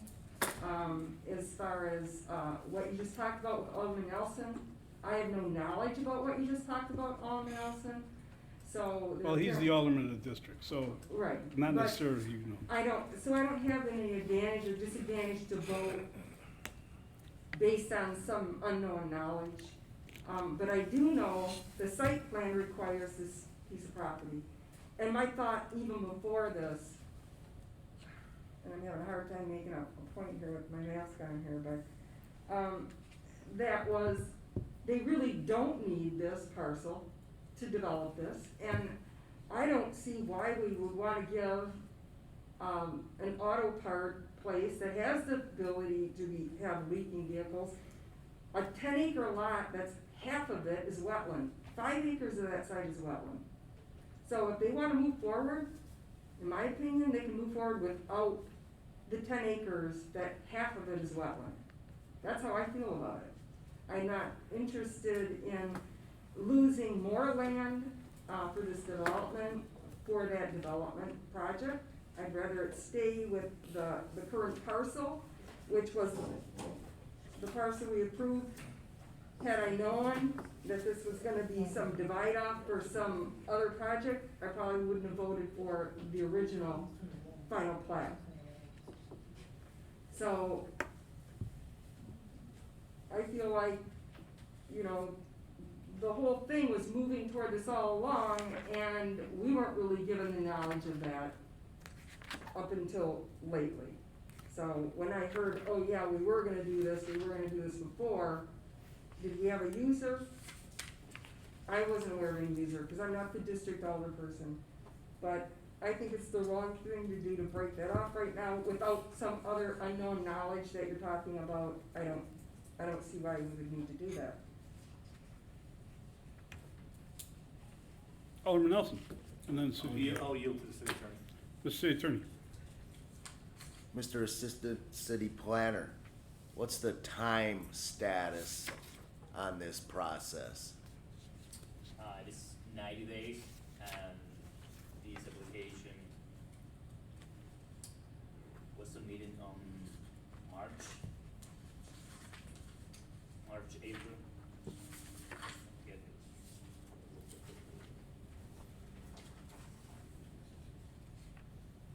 The time frame expired on June 21st.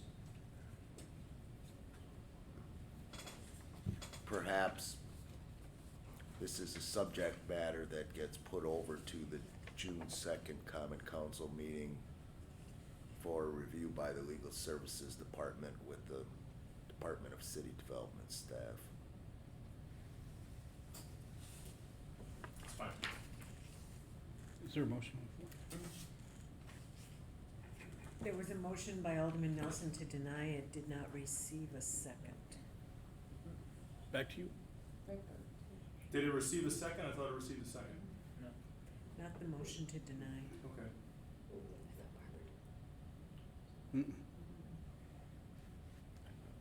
Then I would concur with the city attorney at this point to have it go. Motion is to refer to the, Motion to refer to what the city attorney said to have that kick back. If he wants to say it again, that's fine. motion to refer to the city attorney for the, and report back June 2nd And review with with Department the of City Department of City Development Development. Is there a second to that? Second. Discussion? All those in favor signify by saying aye. Aye. Any- I was just gonna ask you, Alderman Barber. Okay, Madam Clerk? Alderman Nelson. Aye. Alderman Barber. Aye. Alderwoman Hanneman. Aye. Alderwoman Wilhelm. Aye. Alderman Mayor. No, Alderman Dandria. Aye. Motion to refer carries. 5 ayes, 1 no, no absent, no abstentions. What do we do with this one? Is there a motion to refer the natural resources special exception to the city attorney and planning staff, also for the June 2nd meeting? Well, That's a recommendation to the city attorney. so my original motion was to deny this. So now this is gonna be tied up the same way? I mean, I just prefer to go with motion to deny and be done. is that a motion? This is, Wait a minute. Mr. City Attorney. I'm not the Department of City Development, but I understand that this particular item is related, but also not related to the subject, new user, prior application, prior application. The NRSC application is outside the CSN. I know that. But doesn't it serve a larger purpose, development-wise, with regard to the development area, the TID area? Yes, all the 3 items are related to the corporate side. Well, if it's related in part to the subject matter of the prior item, I would say also put that over. Alderman Wilhelm. Well, I think that you can put it over, but you probably need to put it over because I don't see where it needs the no reasonable practical alternatives. it just does not meet the no practical alternative analysis. And this is something that Commissioner Haley brought up. There were no provisions, and it says not self-imposed. Obviously, this is self-imposed, and it says this is unique. There's nothing unique about filling wetlands. So I don't see where any of the standards and findings really meet the standards and findings for a special exception to fill the wetlands. So I don't see any problem with denying this, and then they can redo it at some other point when they have a project that actually fits. I think we're just, causing more complications by putting this over. Obviously, there's not a lot of support for the project. Maybe when a different project comes forward, maybe we can have a different outcome, but that wetland wouldn't have to be filled. If this was a residential, there wouldn't have to be a filling of that lot, given it's not zoned that. But there are a lot of uses that can go on this lot. So to say it's an unusable site unless you fill this wetland, that's just not true. That's just flat not true. Alderman So Nelson. I can't support it as it is. My motion to deny stands. Second. All those in favor of the motion to deny? Aye. Aye. Madam Clerk. Alderman Dandria. No. Alderman Mayor. Aye. Alderwoman Wilhelm. Aye. Alderwoman Hanneman. Aye. Alderman Barber. Aye. Alderman Nelson. Aye. Motion to deny carries. I gotta do this right. 5 ayes, 1 no, no absent, no abstentions. Okay, move on to concept review for a single-family residential subdivision right across 112th Street. Motion to approve. There is no such thing. It's a constant. Mike, have a seat. How are you? Welcome to the neighborhood. You know, don't you, that you can't sell any of these lots? And so, I'm being facetious, sorry. we are in the very early stages of this, Name and address first. Mike Carrick Homes, Haven't seen you in a while. we haven't been, we've been building, but not developing. 11600 West Lincoln Avenue, West Dallas, Wisconsin. And basically, we're in the very early stages. Can you take it outside, please? You're on higher ground. This is my city.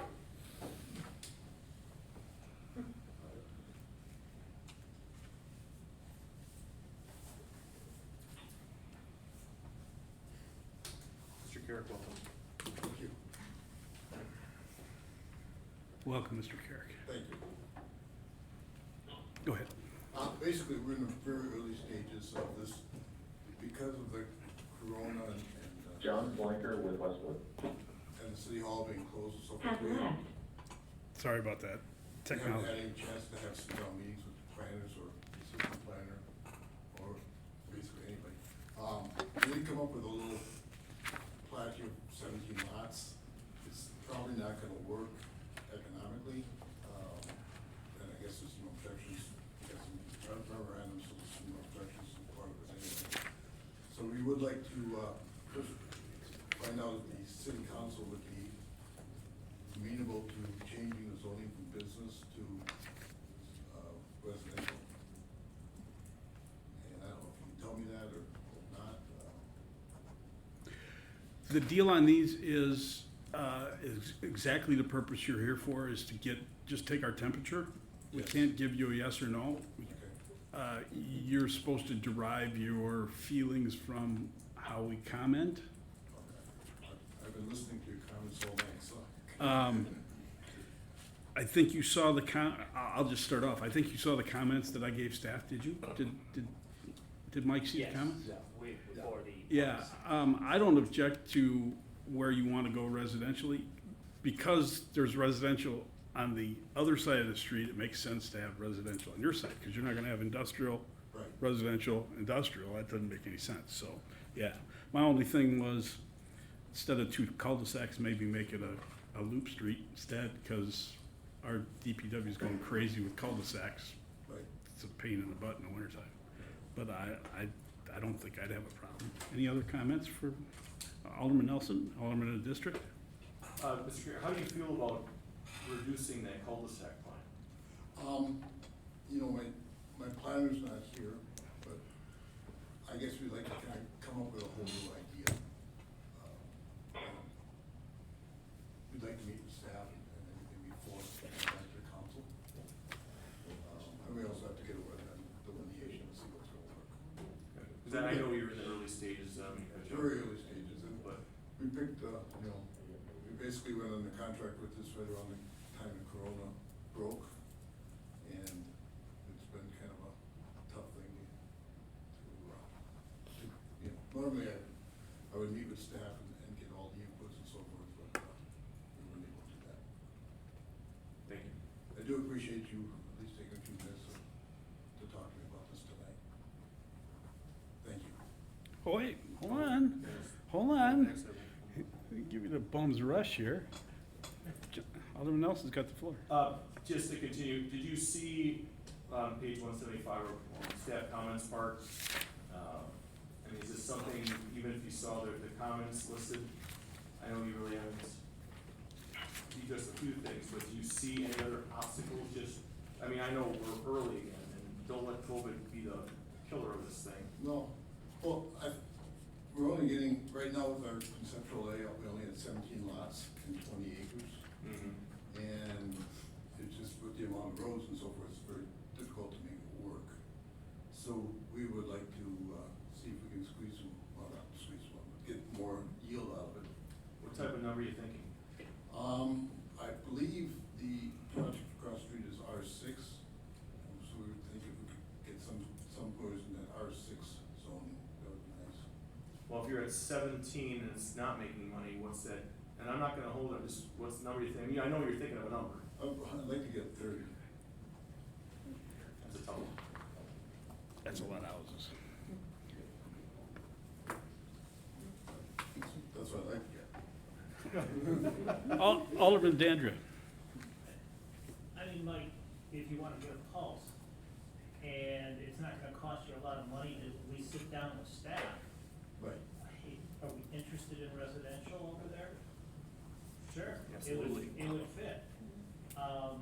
So, you do the feasibility study and you see if it's gonna work. Okay.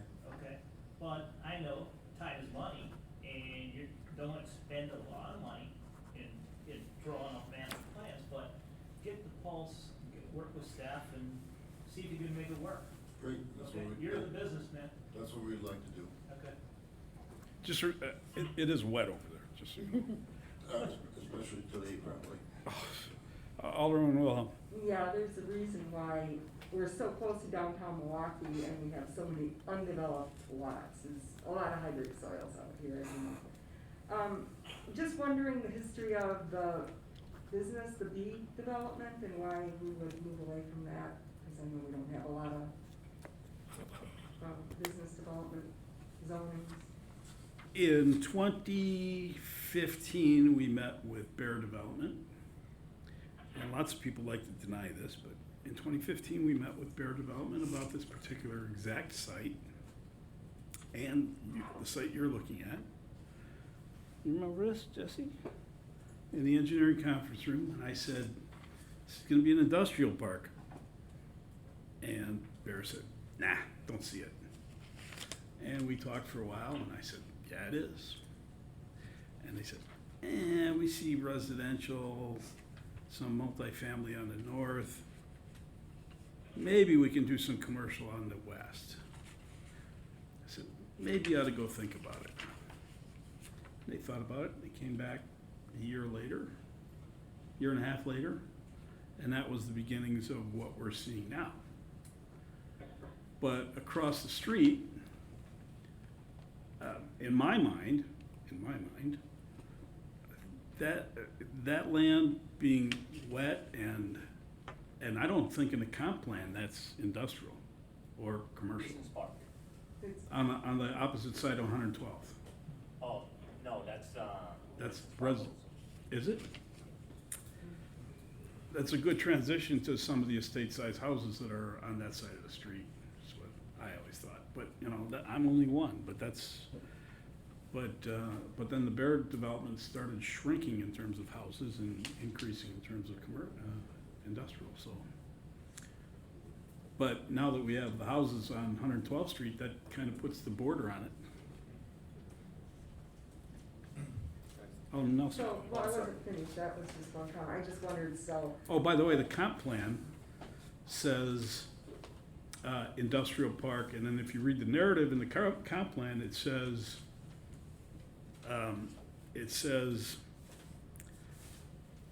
uses less than the industrial park, or words to that effect, so. I'm just not a huge fan of losing business zoning, because we always try to meet some goal of having a balance between business and residential. So that was the one comment. I do agree that if you are gonna move forward with homes, that I'm not in favor of the cul-de-sacs. We have a couple of areas in my district that they forced a road through instead of doing cul-de-sacs, so they could get more lots. You know, they would have done cul-de-sacs, but that wasn't allowed there, so I think we should follow through with that. And I think you have a lot of wetlands to look at, so that's where you spend a lot of time on that, definitely look at that issue. So, I'm not opposed to smaller lots, maybe unlike the district alderperson. I think that sometimes families are looking for smaller lots, so I might be the odd one out on that, but I have an open mind. Maybe what you said was a little bit too dense, but I mean, I'm open to considering a few more lots. Well, it's going back this way, John, so I'm gonna interrupt. We do need workforce housing, but I'm not sure that you can afford to build it, or we can afford to build it. And unfortunately, workforce housing doesn't lend itself to being on the outskirts of a town. So, but you would know that more than I. Alderman Nelson. Mr. Garrett, there's another development that's not come official yet, that's just to the north, which is looking at the current zoning schedule. That was a sidebar to that, but what are you looking at as an average home price that you're looking to sell if you did a package? Like, what are you looking at? I would like to keep it between $375 and $450. And that's if you got 30 houses? If I got 30 houses. Okay, and if, I think Mayor kind of touched on about the estate size, if you had to keep it with R2? That would be. With the 17, but then you would, so you're telling me at 17, you're out? I don't think I can put them in. I think it's gonna cost me more to put them in than I can buy them across the street for. Okay, cause at that point, I wouldn't develop it. do you think the trend for these larger lots is what I'm hearing from other developers, that the trend is really stronger for larger lots, larger homes in this area of the county? Is that what's the motivator for you, or? You know, I've built in a lot of cities, and my forte, I mean, we built anywhere from the low 300s in outskirts to parade homes of $1 million or over. Over the marketplace that we have been able to generate our business from is in that 375 to maybe 475 market. Thank you, sir. Anyone else? Thank you, Mark. Good to see you. Thank you. Very nice to see all of you. Okay. G8, report on expenditures for the COVID situation. Mr. Ratzenberg.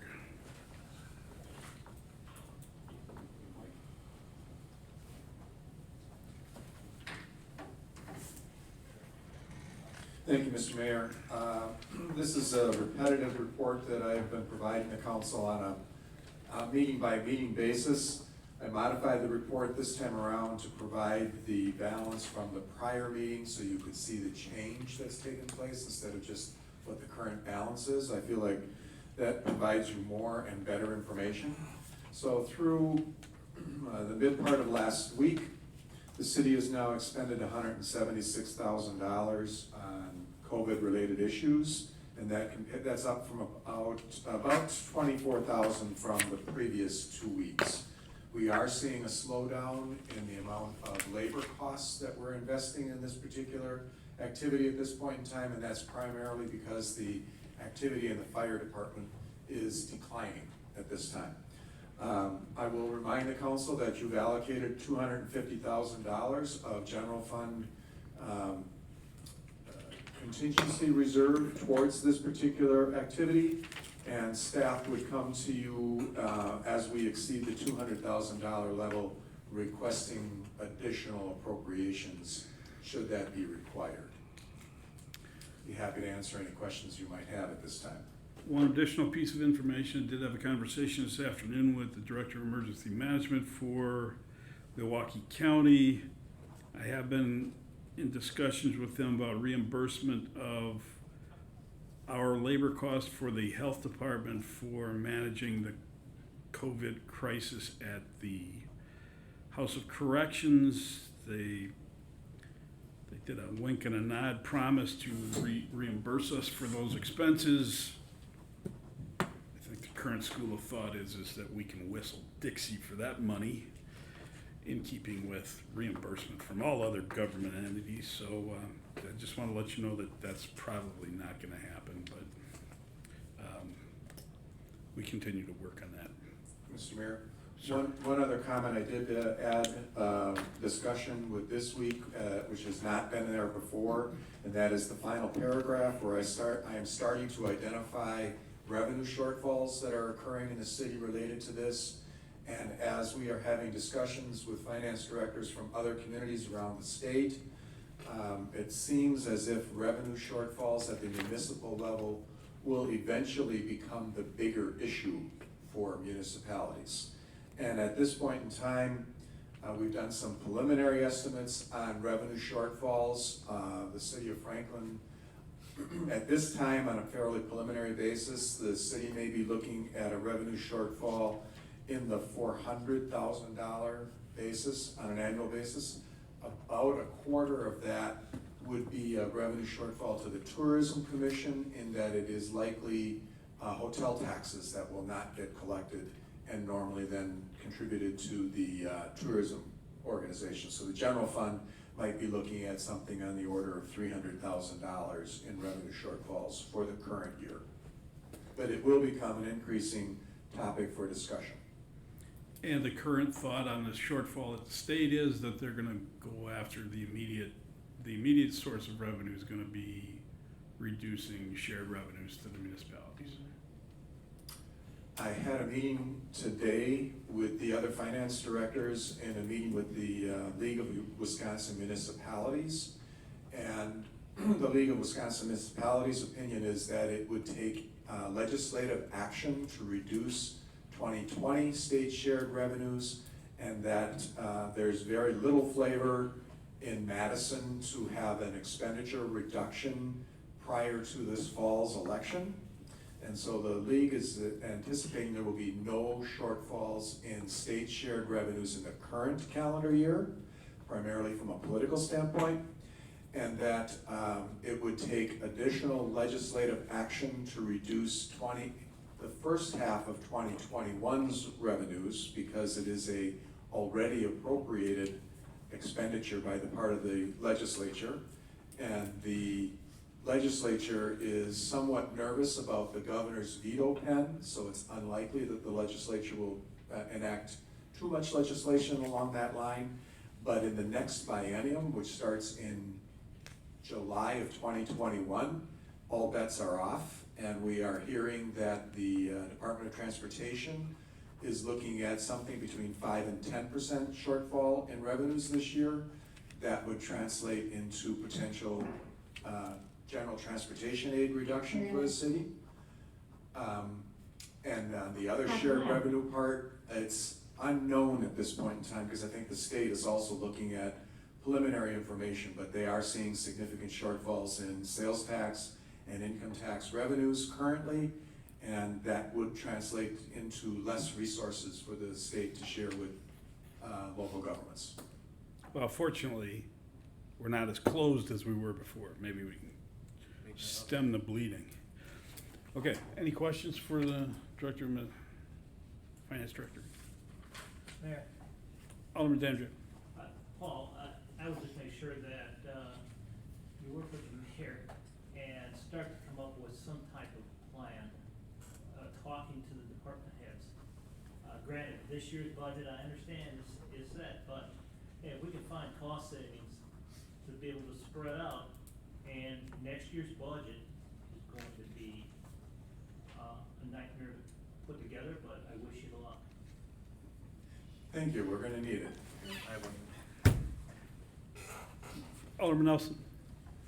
I know this, I'm just kind of going off of Alderman Dandry, I'm kind of veering a little bit in preparation for our next finance committee meeting. As far as other jurisdictions are, like Whatcom County is furloughing people right now. I mean, there's a lot of actions going in place now, anticipating these huge shortfalls coming up. And I would just like to echo that, I'm sure in a couple of weeks when we meet or whatever, we'll be talking about. There's been discussion between staff and the mayor about the topics for the finance committee meeting next week, and this will undoubtedly be one of those. But the city of Franklin, as it relates to the county of Milwaukee, are very different in terms of its financial position. City of Franklin's primary revenue source is tax levy revenue, and we will receive that this year as it relates. That's 70% of our annual revenues are in that category. So there are some revenues that are at risk, but not as great. We do not, the city of Franklin does not have variable revenues as several other cities in the state, such as transportation revenues. We don't have those here.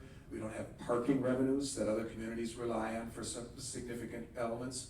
We don't have pools that we run where we have revenues, and other recreation facilities that have significant revenues. So our revenue sources are more fixed. State shared revenues are a significant part of our revenues, probably 10% plus, and we're gonna have to take a hard look at what those are, and that will cause some issues. So we will have our challenges when it comes in terms of budget preparation, as one of the aldermen has suggested, but we are not looking at a significant issue for the current year. Our issue will be 2021 and beyond. Thank you. Anybody else? Okay. G9. Is there a motion to receive and place on file? So moved. Second. All those in favor? Aye. Any opposed? Motion carries. Alderman Wilhelm? G9. Oh, G9, authorization to the Southeast Construction to construct a concrete walk for $12,600. Alderman Wilhelm. Well, I know that Park Commission, Nelson, they've been really waiting to get this park finished. Is there a motion to approve? I Second. have a motion, you know, Let her do it. I'm going to amend the motion to authorize Southeast Construction LLC to construct a concrete walking patio at Pleasant View Park Pavilion, Evergreen, for $12,600, which costs include the impact fee matching funds. Is there a second? Second. All those in favor? Mr. Mayor, prior to approving that, the council action sheet indicated that there are insufficient appropriations in the approved project for the Pleasant View Park to award this contract. And so the council would have to use contingency funds in the capital improvement fund to award this contract, or direct staff to bring back a budget amendment to move appropriations from the Pleasant View Park improvement appropriation to the Pleasant View Park Pavilion appropriation. What is the intended use of the $150,000 in the improvement appropriation? That is currently under study by Rupert Milkie to come up with a plan for the improvements to the park. So certainly this could be used for that purpose, but the appropriation that's in the budget for Pleasant View Park Pavilion only has $4,200 left in it, so you don't have $12,600 to award. So you can take 8 out of that. Alderman Wilhelm. Yes, and Paul and I had this conversation earlier, which was I was going to say, but I got cut off and forced to do the motions, so I understood all of that, and, So then the motion would be to approve this contract from Capital Improvement Fund contingency, which would be the current available appropriation. yes, that's the motion. I'm really not thrilled about all of this, but, I have other projects that are way high priority than doing a park right now. I've got roads unfinished, I've got, you know, other things, but that's what we have in front of us. But can we please get some of the other projects pushed forward as well, that have had council motions and approvals, but that's, So the, I'll amend my motion to include the contingency. Second. so we're clear, it's coming out of contingency. All those in favor? Oh, wait, do we need 4? No? All those in favor signify by saying aye. Aye. Any opposed? Any opposed? Motion carries. Thought I heard no. G10 is an ordinance to amend ordinance 2019-2398, adopting 2020 annual budgets for the general fund to provide 9,000 carry forward appropriations for building maintenance for the police administration building. Move to approve. Second. Madam Clerk. Alderman Nelson. Aye. Alderwoman Hanneman. Aye. Alderman Barber. Aye. Alderwoman Wilhelm. Aye. Alderman Mayor. Aye. Alderman Vandria. Aye. Motion carries 6 ayes, no noes, no absent, no abstentions. Here we go again with Jim spending more money. Is there a motion to authorize execution of Proof Point Business Package email services as provided through Heartland for Move to approve. Second. $5,497? All those in favor? Aye. Any opposed?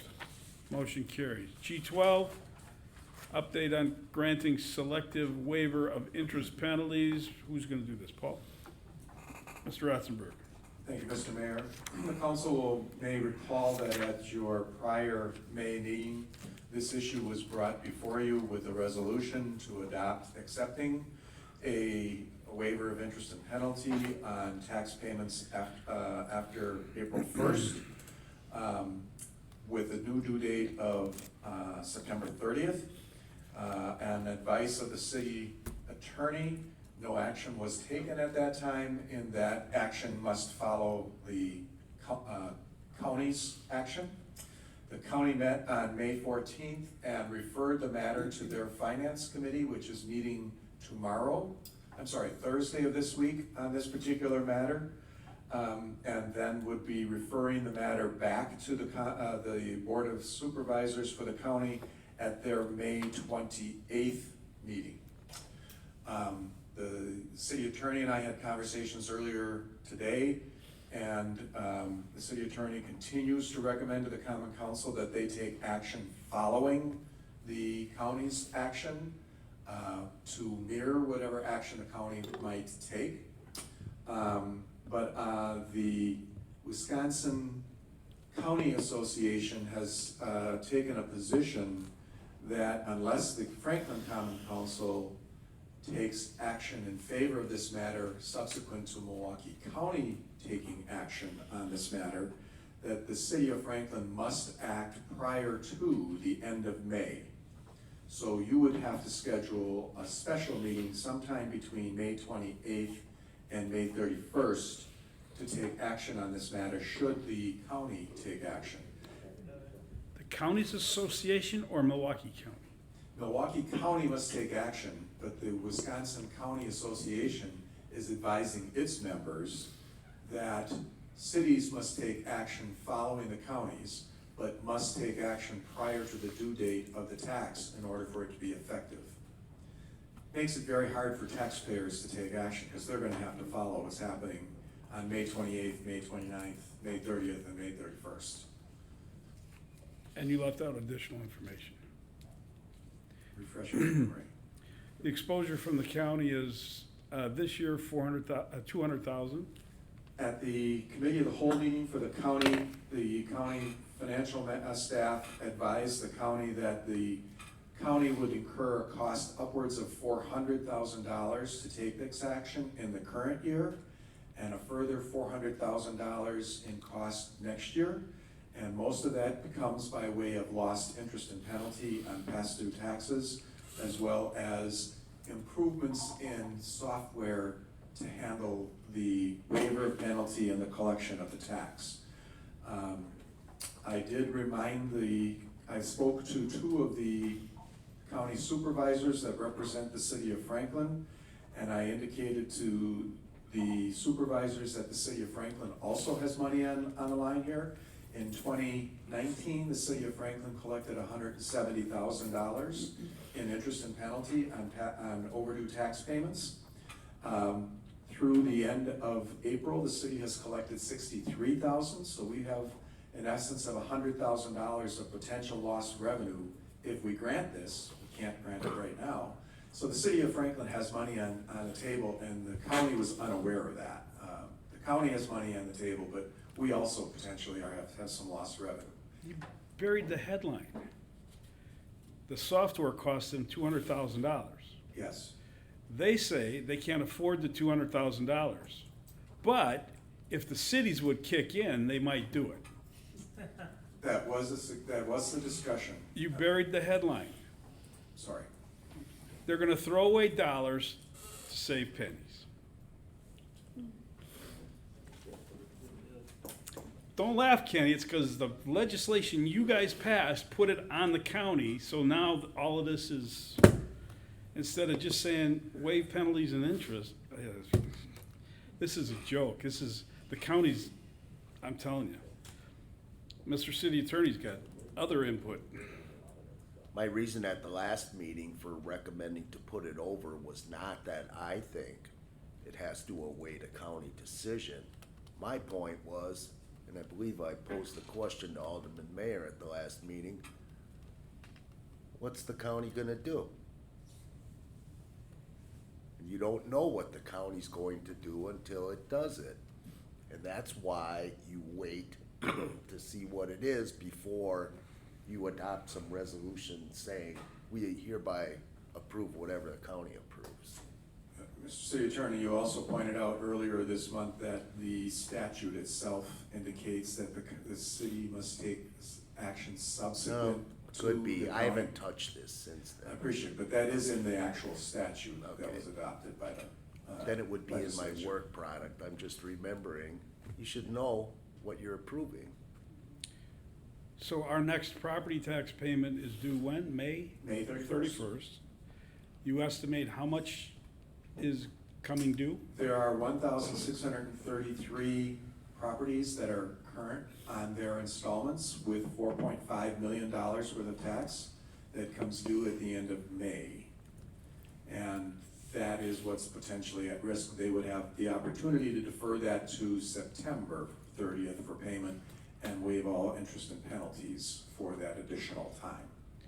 And if they missed their payment on May 31st, then interest and penalty begins to, without any action under current statutes, interest and penalty would begin on February 1st of this year on that particular portion of their payment. backed up. Backed up all the way to February 1st. And let's say the county then says, nah, we're not allowing, we're not gonna collect, we're not gonna allow you to waive it. And so then potentially these folks default on their property tax payment, right? If they don't make payment by May 31st, yes. So then who pays that property tax? Well, they will still be responsible for it to the extent that the city collects it by July 31st. We would collect both the tax remitted off to the other taxing authorities and the interest and penalty we would collect and retain. If it's not paid by July 31st, the county buys the unpaid taxes from us on August 15th, and they potentially collect any interest and penalty that they can collect at that point. But there will be lots of additional properties that go past due, just given the current economic situation. So they're not recognizing that particular issue. Yeah, and Mr. City Attorney, if we don't act by May 31st, if the county acts on May 31st and we fail to, we act on June, whatever our next meeting is, can we retroactively credit back or waive the interest and penalties? My recollection from whenever I reviewed this 3 weeks ago or whenever it was my thought was yes. However, the Milwaukee, or the Wisconsin Counties Association has issued an opinion dated today, I believe, that takes the position that if the local government does not act prior to May 31, that it waives its right to act on the waiver. So that's where it's at, and the easy answer is expect or set a tentative special meeting date for the day after May 28, which is a Thursday, for a Friday, which is subsequent to county action. The county decides not to adopt any interest and penalty waiver. You don't need a meeting, because you can't adopt one. Well, we'll still have one other action item. We got the electronic meetings required. Oh, that's right, that's Yeah, okay. next week. Any other Okay. questions for Mr. Ratzenberg? Alderwoman Hanneman's got one, I know. No, I'm just saying that I agree with, do you need a motion for us to set a special meeting for Friday, May 29th? That'll be Thursday. 28th is a Gotta be Friday. Thursday, so we'd have to, because the county meets on the 28th. What time? We were all gonna go have fish fry at Wagner's, cause we can go sit down. Unless We can get carry out. I'm done with carryout, I'm going to sit down. county board meets during the day, So we could. but you'd have to assume that if something is adopted, that the communication thereof, an adopted resolution or whatever it may be, would be available by Thursday evening, night.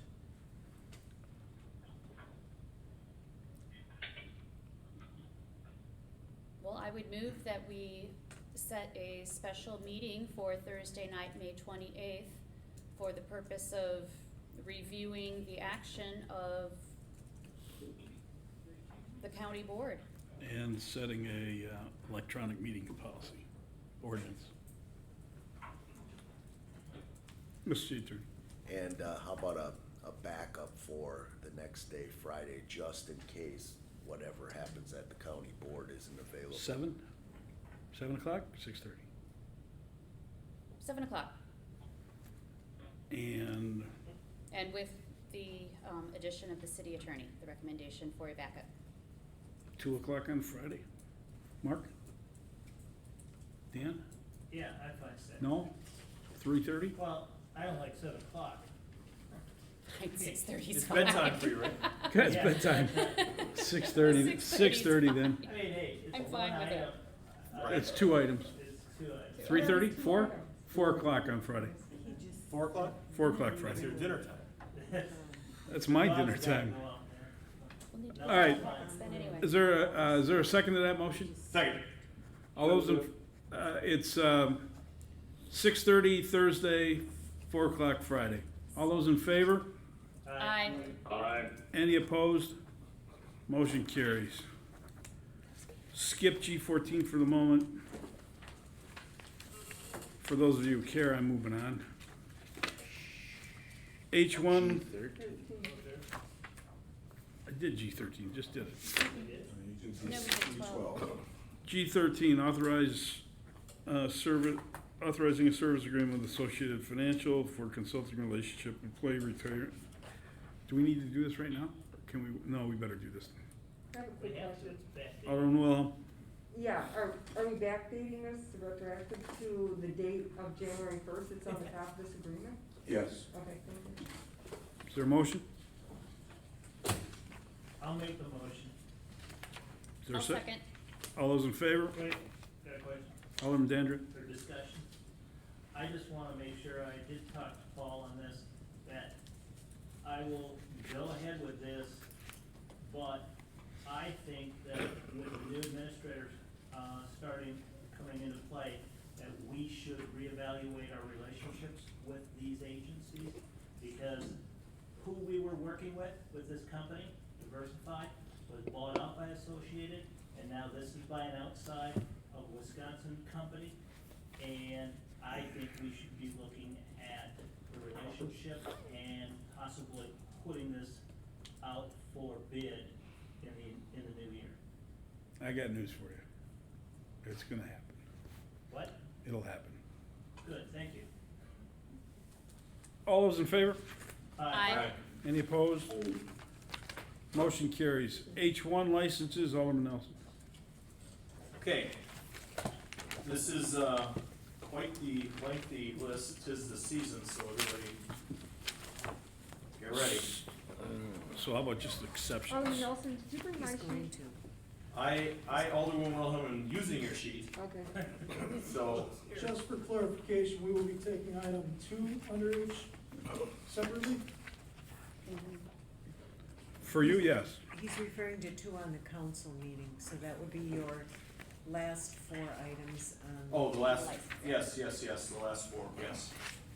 Okay, so this is a 12-page document. So the first person, Evans, is hold for another appearance for additional paperwork to be provided to the licensing committee. And the next ones are approved down to Krieger, that's hold for appearance for correcting application. Page 2. Is Wyman approved? Well, yes, Wyman is approved. Well, Wyman's approved on the bottom of page 1 and the top of page 2. Okay? There's a deny on Anderson. Reason? Habitual, Criminal.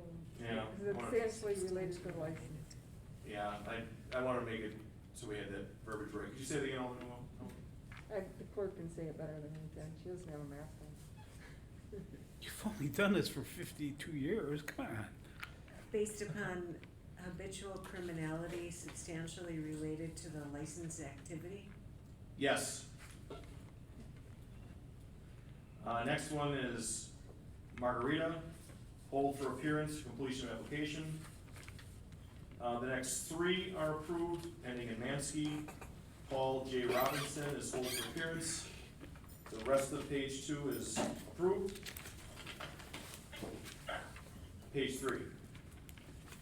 Approved down to Amy Balzerzak. It says approved with completion of application. The rest on page 3 are approved. Page 4, approved down to Peggy Cowthorn. Approved with completed application for her. Then down, next 3 are approved down to Christopher Ewig, E-W-I-G, approved with corrected application. Approved Farrell, next one was Kristen Feniger, hold for appearance. The last 2 on page 4 are approved. Page 5. The first 3 are approved, down to Jeremy Hayes, contingent upon correction of application. The rest on page 5 are approved. All on page 6 are approved. Page 7 needs new DL on file for Melissa Murphy, number 1. So it's approved, but needs new DL on file. The rest of page 7 are approved. All of page 8 are approved. All of page 9 are approved. All of page 10 are approved. Page 11 is approved down to DHIMAN LLC, DBA Indian Palace, incomplete application. Hold. The last 4 on page 11 are approved. The top of page 12, first 2 are approved. And now we're gonna enter into the, So that's the motion. I'm sorry, that ends the motion? I have one that I remembered there. Alderman Wilhelm. There was one of them that needed a seal and a notary early on. I thought there was a note on there that said it was taken care of today. Madam Clerk? I wasn't gonna address that, I was gonna just verify that the Class A and B combination and daycare and other licenses were all subject to payment and compliance with applicable codes and laws. I'll read both, Okay.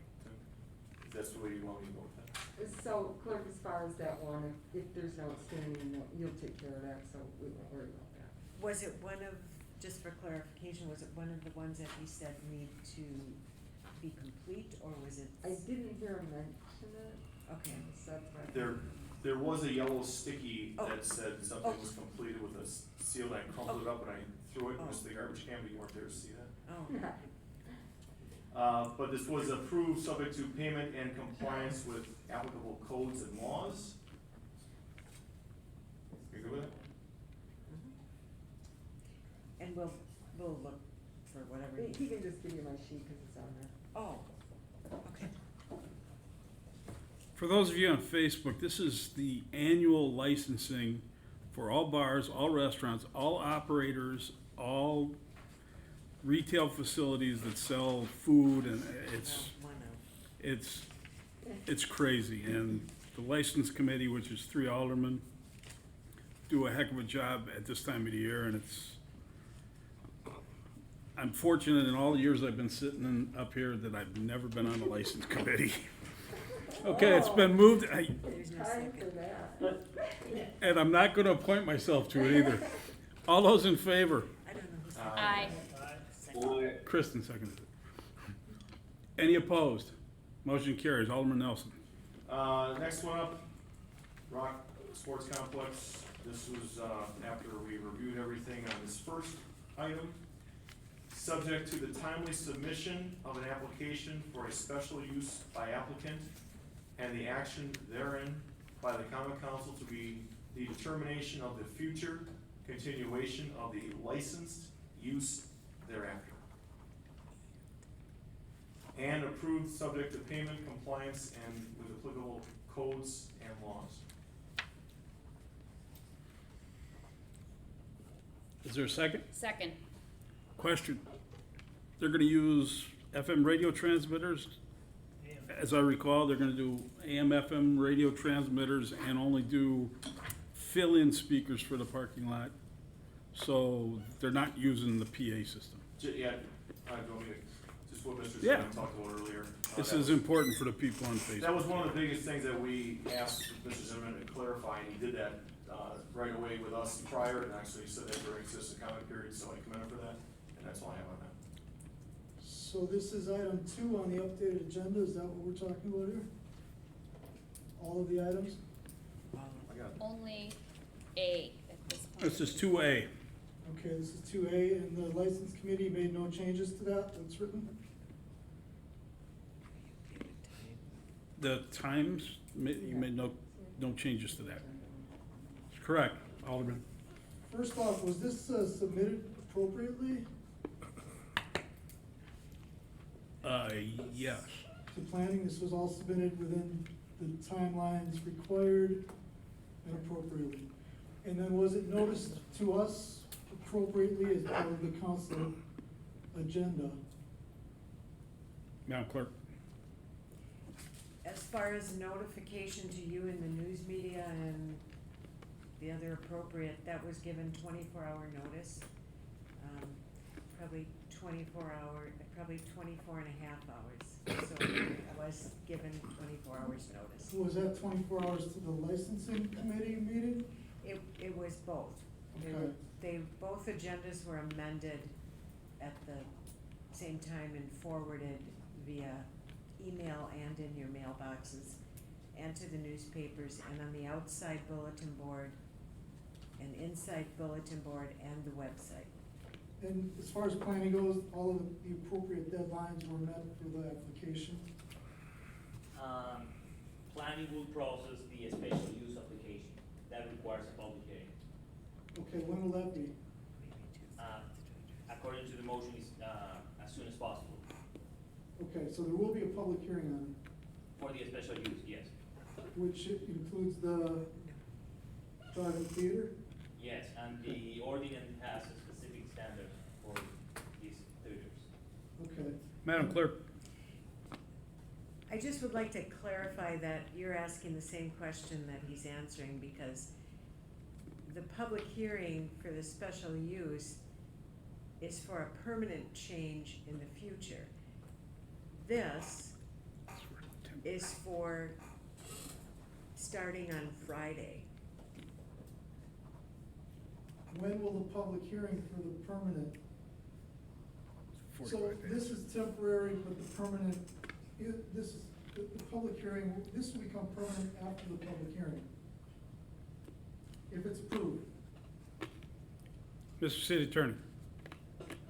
Number one, in response to your original question about application submittal process, et cetera, this subject matter and these applications were expedited by city staff under current times. Number two, with regard to the condition read in by Alderman Nelson, subject to the timely submission of an application for a special use, I wrote that. Timely means as soon as reasonably possible. And then, Class 2 published notice, 2 Wednesdays, second one a week before the Plan Commission meeting, and then there'll be a public hearing on the subject matter. Okay, and so tonight's action for the temporary gives them, if it is approved, it gives them license to begin doing it now up to the decision that's made for permanent. If that decision is If made, that decision is made. yes. Okay. I think it's crazy to submit these people to every day of movies, of sound.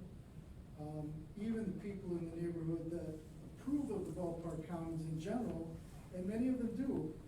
I mean, this is, every day they will be subjected to this, and these times are way too late. It's crazy to say you're just starting a movie at, what time was it on here, for Friday and Saturday night and Sunday night? That's absolutely ludicrous to do that to the neighbors.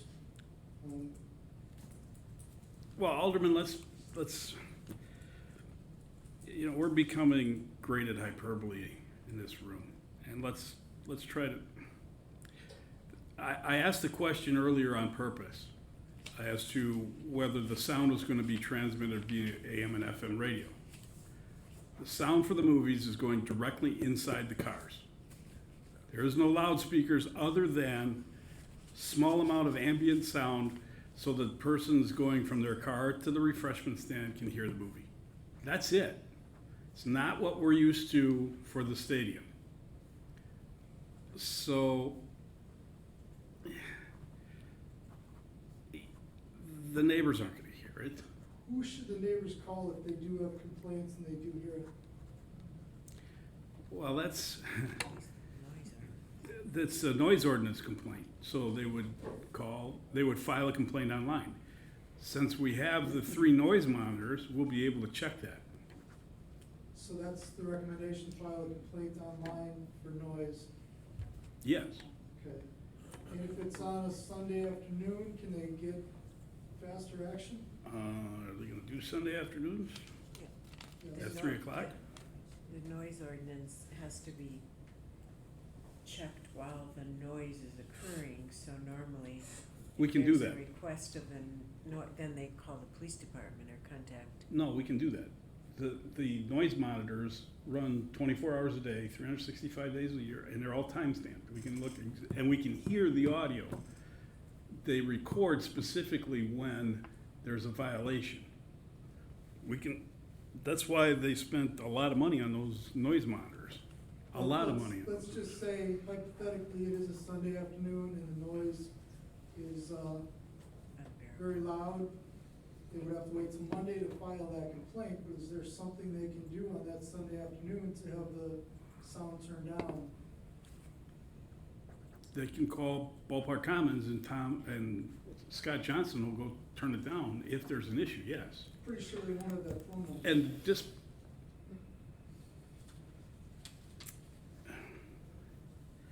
I'm pretty sure that the Southwest flight from Orlando is gonna be a lot louder. Because I've been through this conversation, and the complaint always comes in, and it's always a Southwest flight or a Northwest. It's always an airplane flying over. I really would like us not to make a mountain out of a molehill, Dan. I would too. I'm just being totally honest with I would you. just forward the calls to you then, or to? Absolutely, give them to me, because I'm not afraid to tell them they're out of their minds. And they do have my phone number. If what they're saying about the noise is true, they're not out of their minds. They have legitimate concerns. You made an accurate statement. If what they say about the noise is true. I almost was punched by one of your constituents who is noted for being that way in the middle of Sendix. Two of our constituents dragged him away. There are people that will complain just to complain. If we continue to give them voice, we'll continue to get that. This is, and I'm not here to defend this. This all, your point is well taken. This all happened well in advance of any conversations with us. You're absolutely correct. I'm right with you on that. But it's a big TV screen, admittedly, a very big TV screen, with people with earbuds. Come on.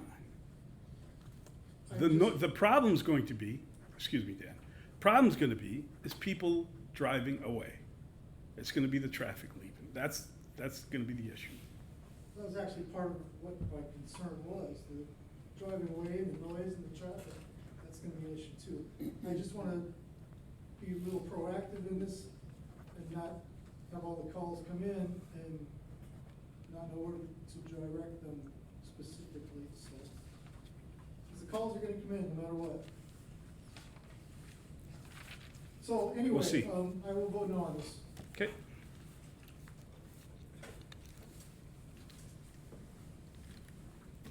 Am I gonna continue with the next three, or are we gonna take this vote on that one, because these, I've got three more. You could probably take it all at once. Okay, you want me to, all right. Second, one is revised Class B combination premise description change. It's a yes, but there was specific, note here from Mr. Zimmerman that there will be no tailgating. Third one was the revised drive interior license, 2019-2020. Was a yes. Last point to this was revised drive interior license 2020-2021. Yes. Madam Clerk, clarification on item B. I believe the comment from the applicant was that there was going to be no tailgating during anything other than the drive-in, that they were going to self-regulate. However, if you approve the premise description without any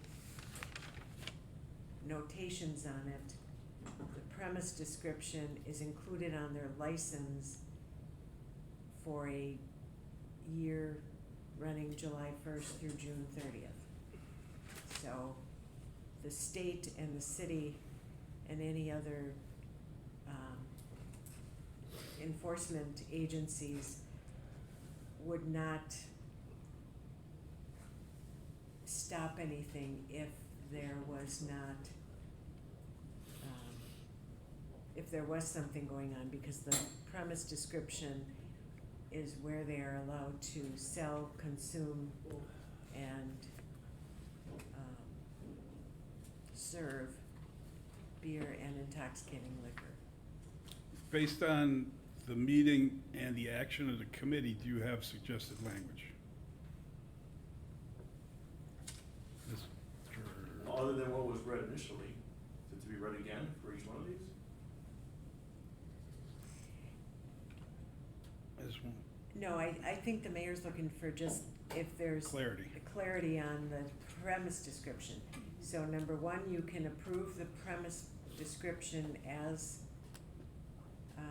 applied for, and that's what goes on their license.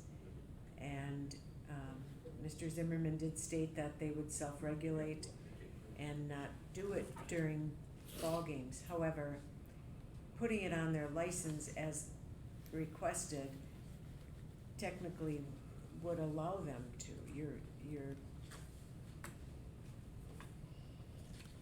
Okay, so So you can either leave it as is and approve it and let them self-regulate, or you can approve it with restrictions.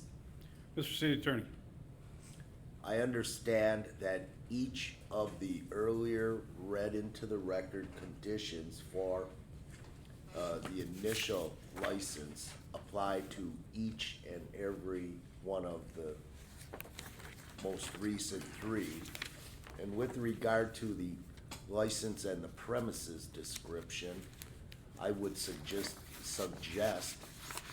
an additional provision to that approval that states that the premises shall only be available for use under and pursuant to the license during reasonable times necessary for the operation of the drive-in theater use.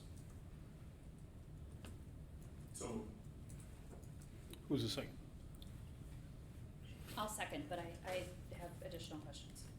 Alderwoman Hanneman. And again, I am not trying to make the mountain out of the molehill, but I just want some clarification, question that just came up in this discussion. And again, I want to clarify that 2A, the extraordinary entertainment and special event approval, is a time delineated approval. Am I correct that it is 30 days for that permit? Or was it as of June 30th? Because I don't want to confuse the extraordinary entertainment approval or application with the drive-in theater license. Because if we now renew the drive-in theater license, my understanding from our previous conversation in the licensing committee is that to continue these special events, he will need to open up the PDD and amend it for a special use. Is that correct or not? Mr. City Attorney. No. Requires the timely submission of an application for a special use, and any further continuation of any of these licensed uses would require an approval of the special use by the Common Council. So if that were not to have been approved by the Common Council in the future, would the 2020-21 drive-in theater license be null and void? Yes, because its approval was conditioned upon the timely submission Thank you. of the special use application and ultimately the action thereon by the common council, and if it's to approve, that would be the continuation. If it's to deny, then that would terminate all the approvals, the time period of all the approvals, if approved this evening, and, further, the council might set further conditions, and somehow that might, apply to, time life of the licensed activities on the special use decision-making process. Thank you. I'm sorry if I made you be redundant. And if there is not a timely submission, staff will return this subject matter to the council. I just have. Microphone. I just have. Alderman Dandruff. Logistics, what's the layout of this? Where's the projection going to be in regards to all this supply? I know where the parking lot is, I know where the chalet is, so I want this on the record, so if anybody listens to this, at least we know how it's laid out. So the LED screen, This could be the get Okay. skinny on it. or The Alderman the Nelson. skinny is, it's gonna be projected against the back. No of the- projection. It's gonna be on the back of the scoreboard. It's That this faces. sheet right here. Where it says where it faces on that document that was handed out here. Let's see. I don't offend. The screen points directly to the north with the lodge, Ski Hill and Woodland Park, all between the nearest homes. Okay. Just take the scoreboard and imagine another one on the back, Behind it. behind it, right? That's it. That's it. So. It's bigger than the projecting scoreboard. north. It's not projecting, it's showing north. Showing north. Okay. So the parking lot goes east and west.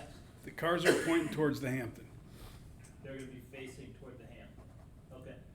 Just Down wanna the know hill? Where the headlights are gonna be pointing. Right. So the headlights are pointing downhill towards Loomis, and the light from the screen is pointing towards the chalet. Okay. So I'll say that again. Headlights towards Loomis, the screen light is pointing towards the chalet. So Greendale doesn't see anything, and Hawthorne Estates doesn't see anything. So do they have come in from the east and exit the west? Is that what it says? on it? That's operational. I don't know. That's operational. Okay. Alderman Wilhelm. Have we addressed all the concerns, because I saw the building inspector says he hasn't looked at, the mounting on the screen, Yep, and that's all been addressed? it was in your packet, I believe, yes. Handed this out with all of the engineering specifications. What he just handed out tonight. I looked through it, but I didn't see that he approved it. I Well, he just saw didn't the- yet, I don't think, but it's all part of the process. Okay, so when will, because it says, I understand the plan starts showing movies this week. Unfortunately, I've not been involved in any of the discussion or installation details leading to this point. While I have no opposition to the proposal, I do have concerns about the mounting of the screen to the existing scoreboard structure. I'm not certain the scoreboard was designed to accept the mounting.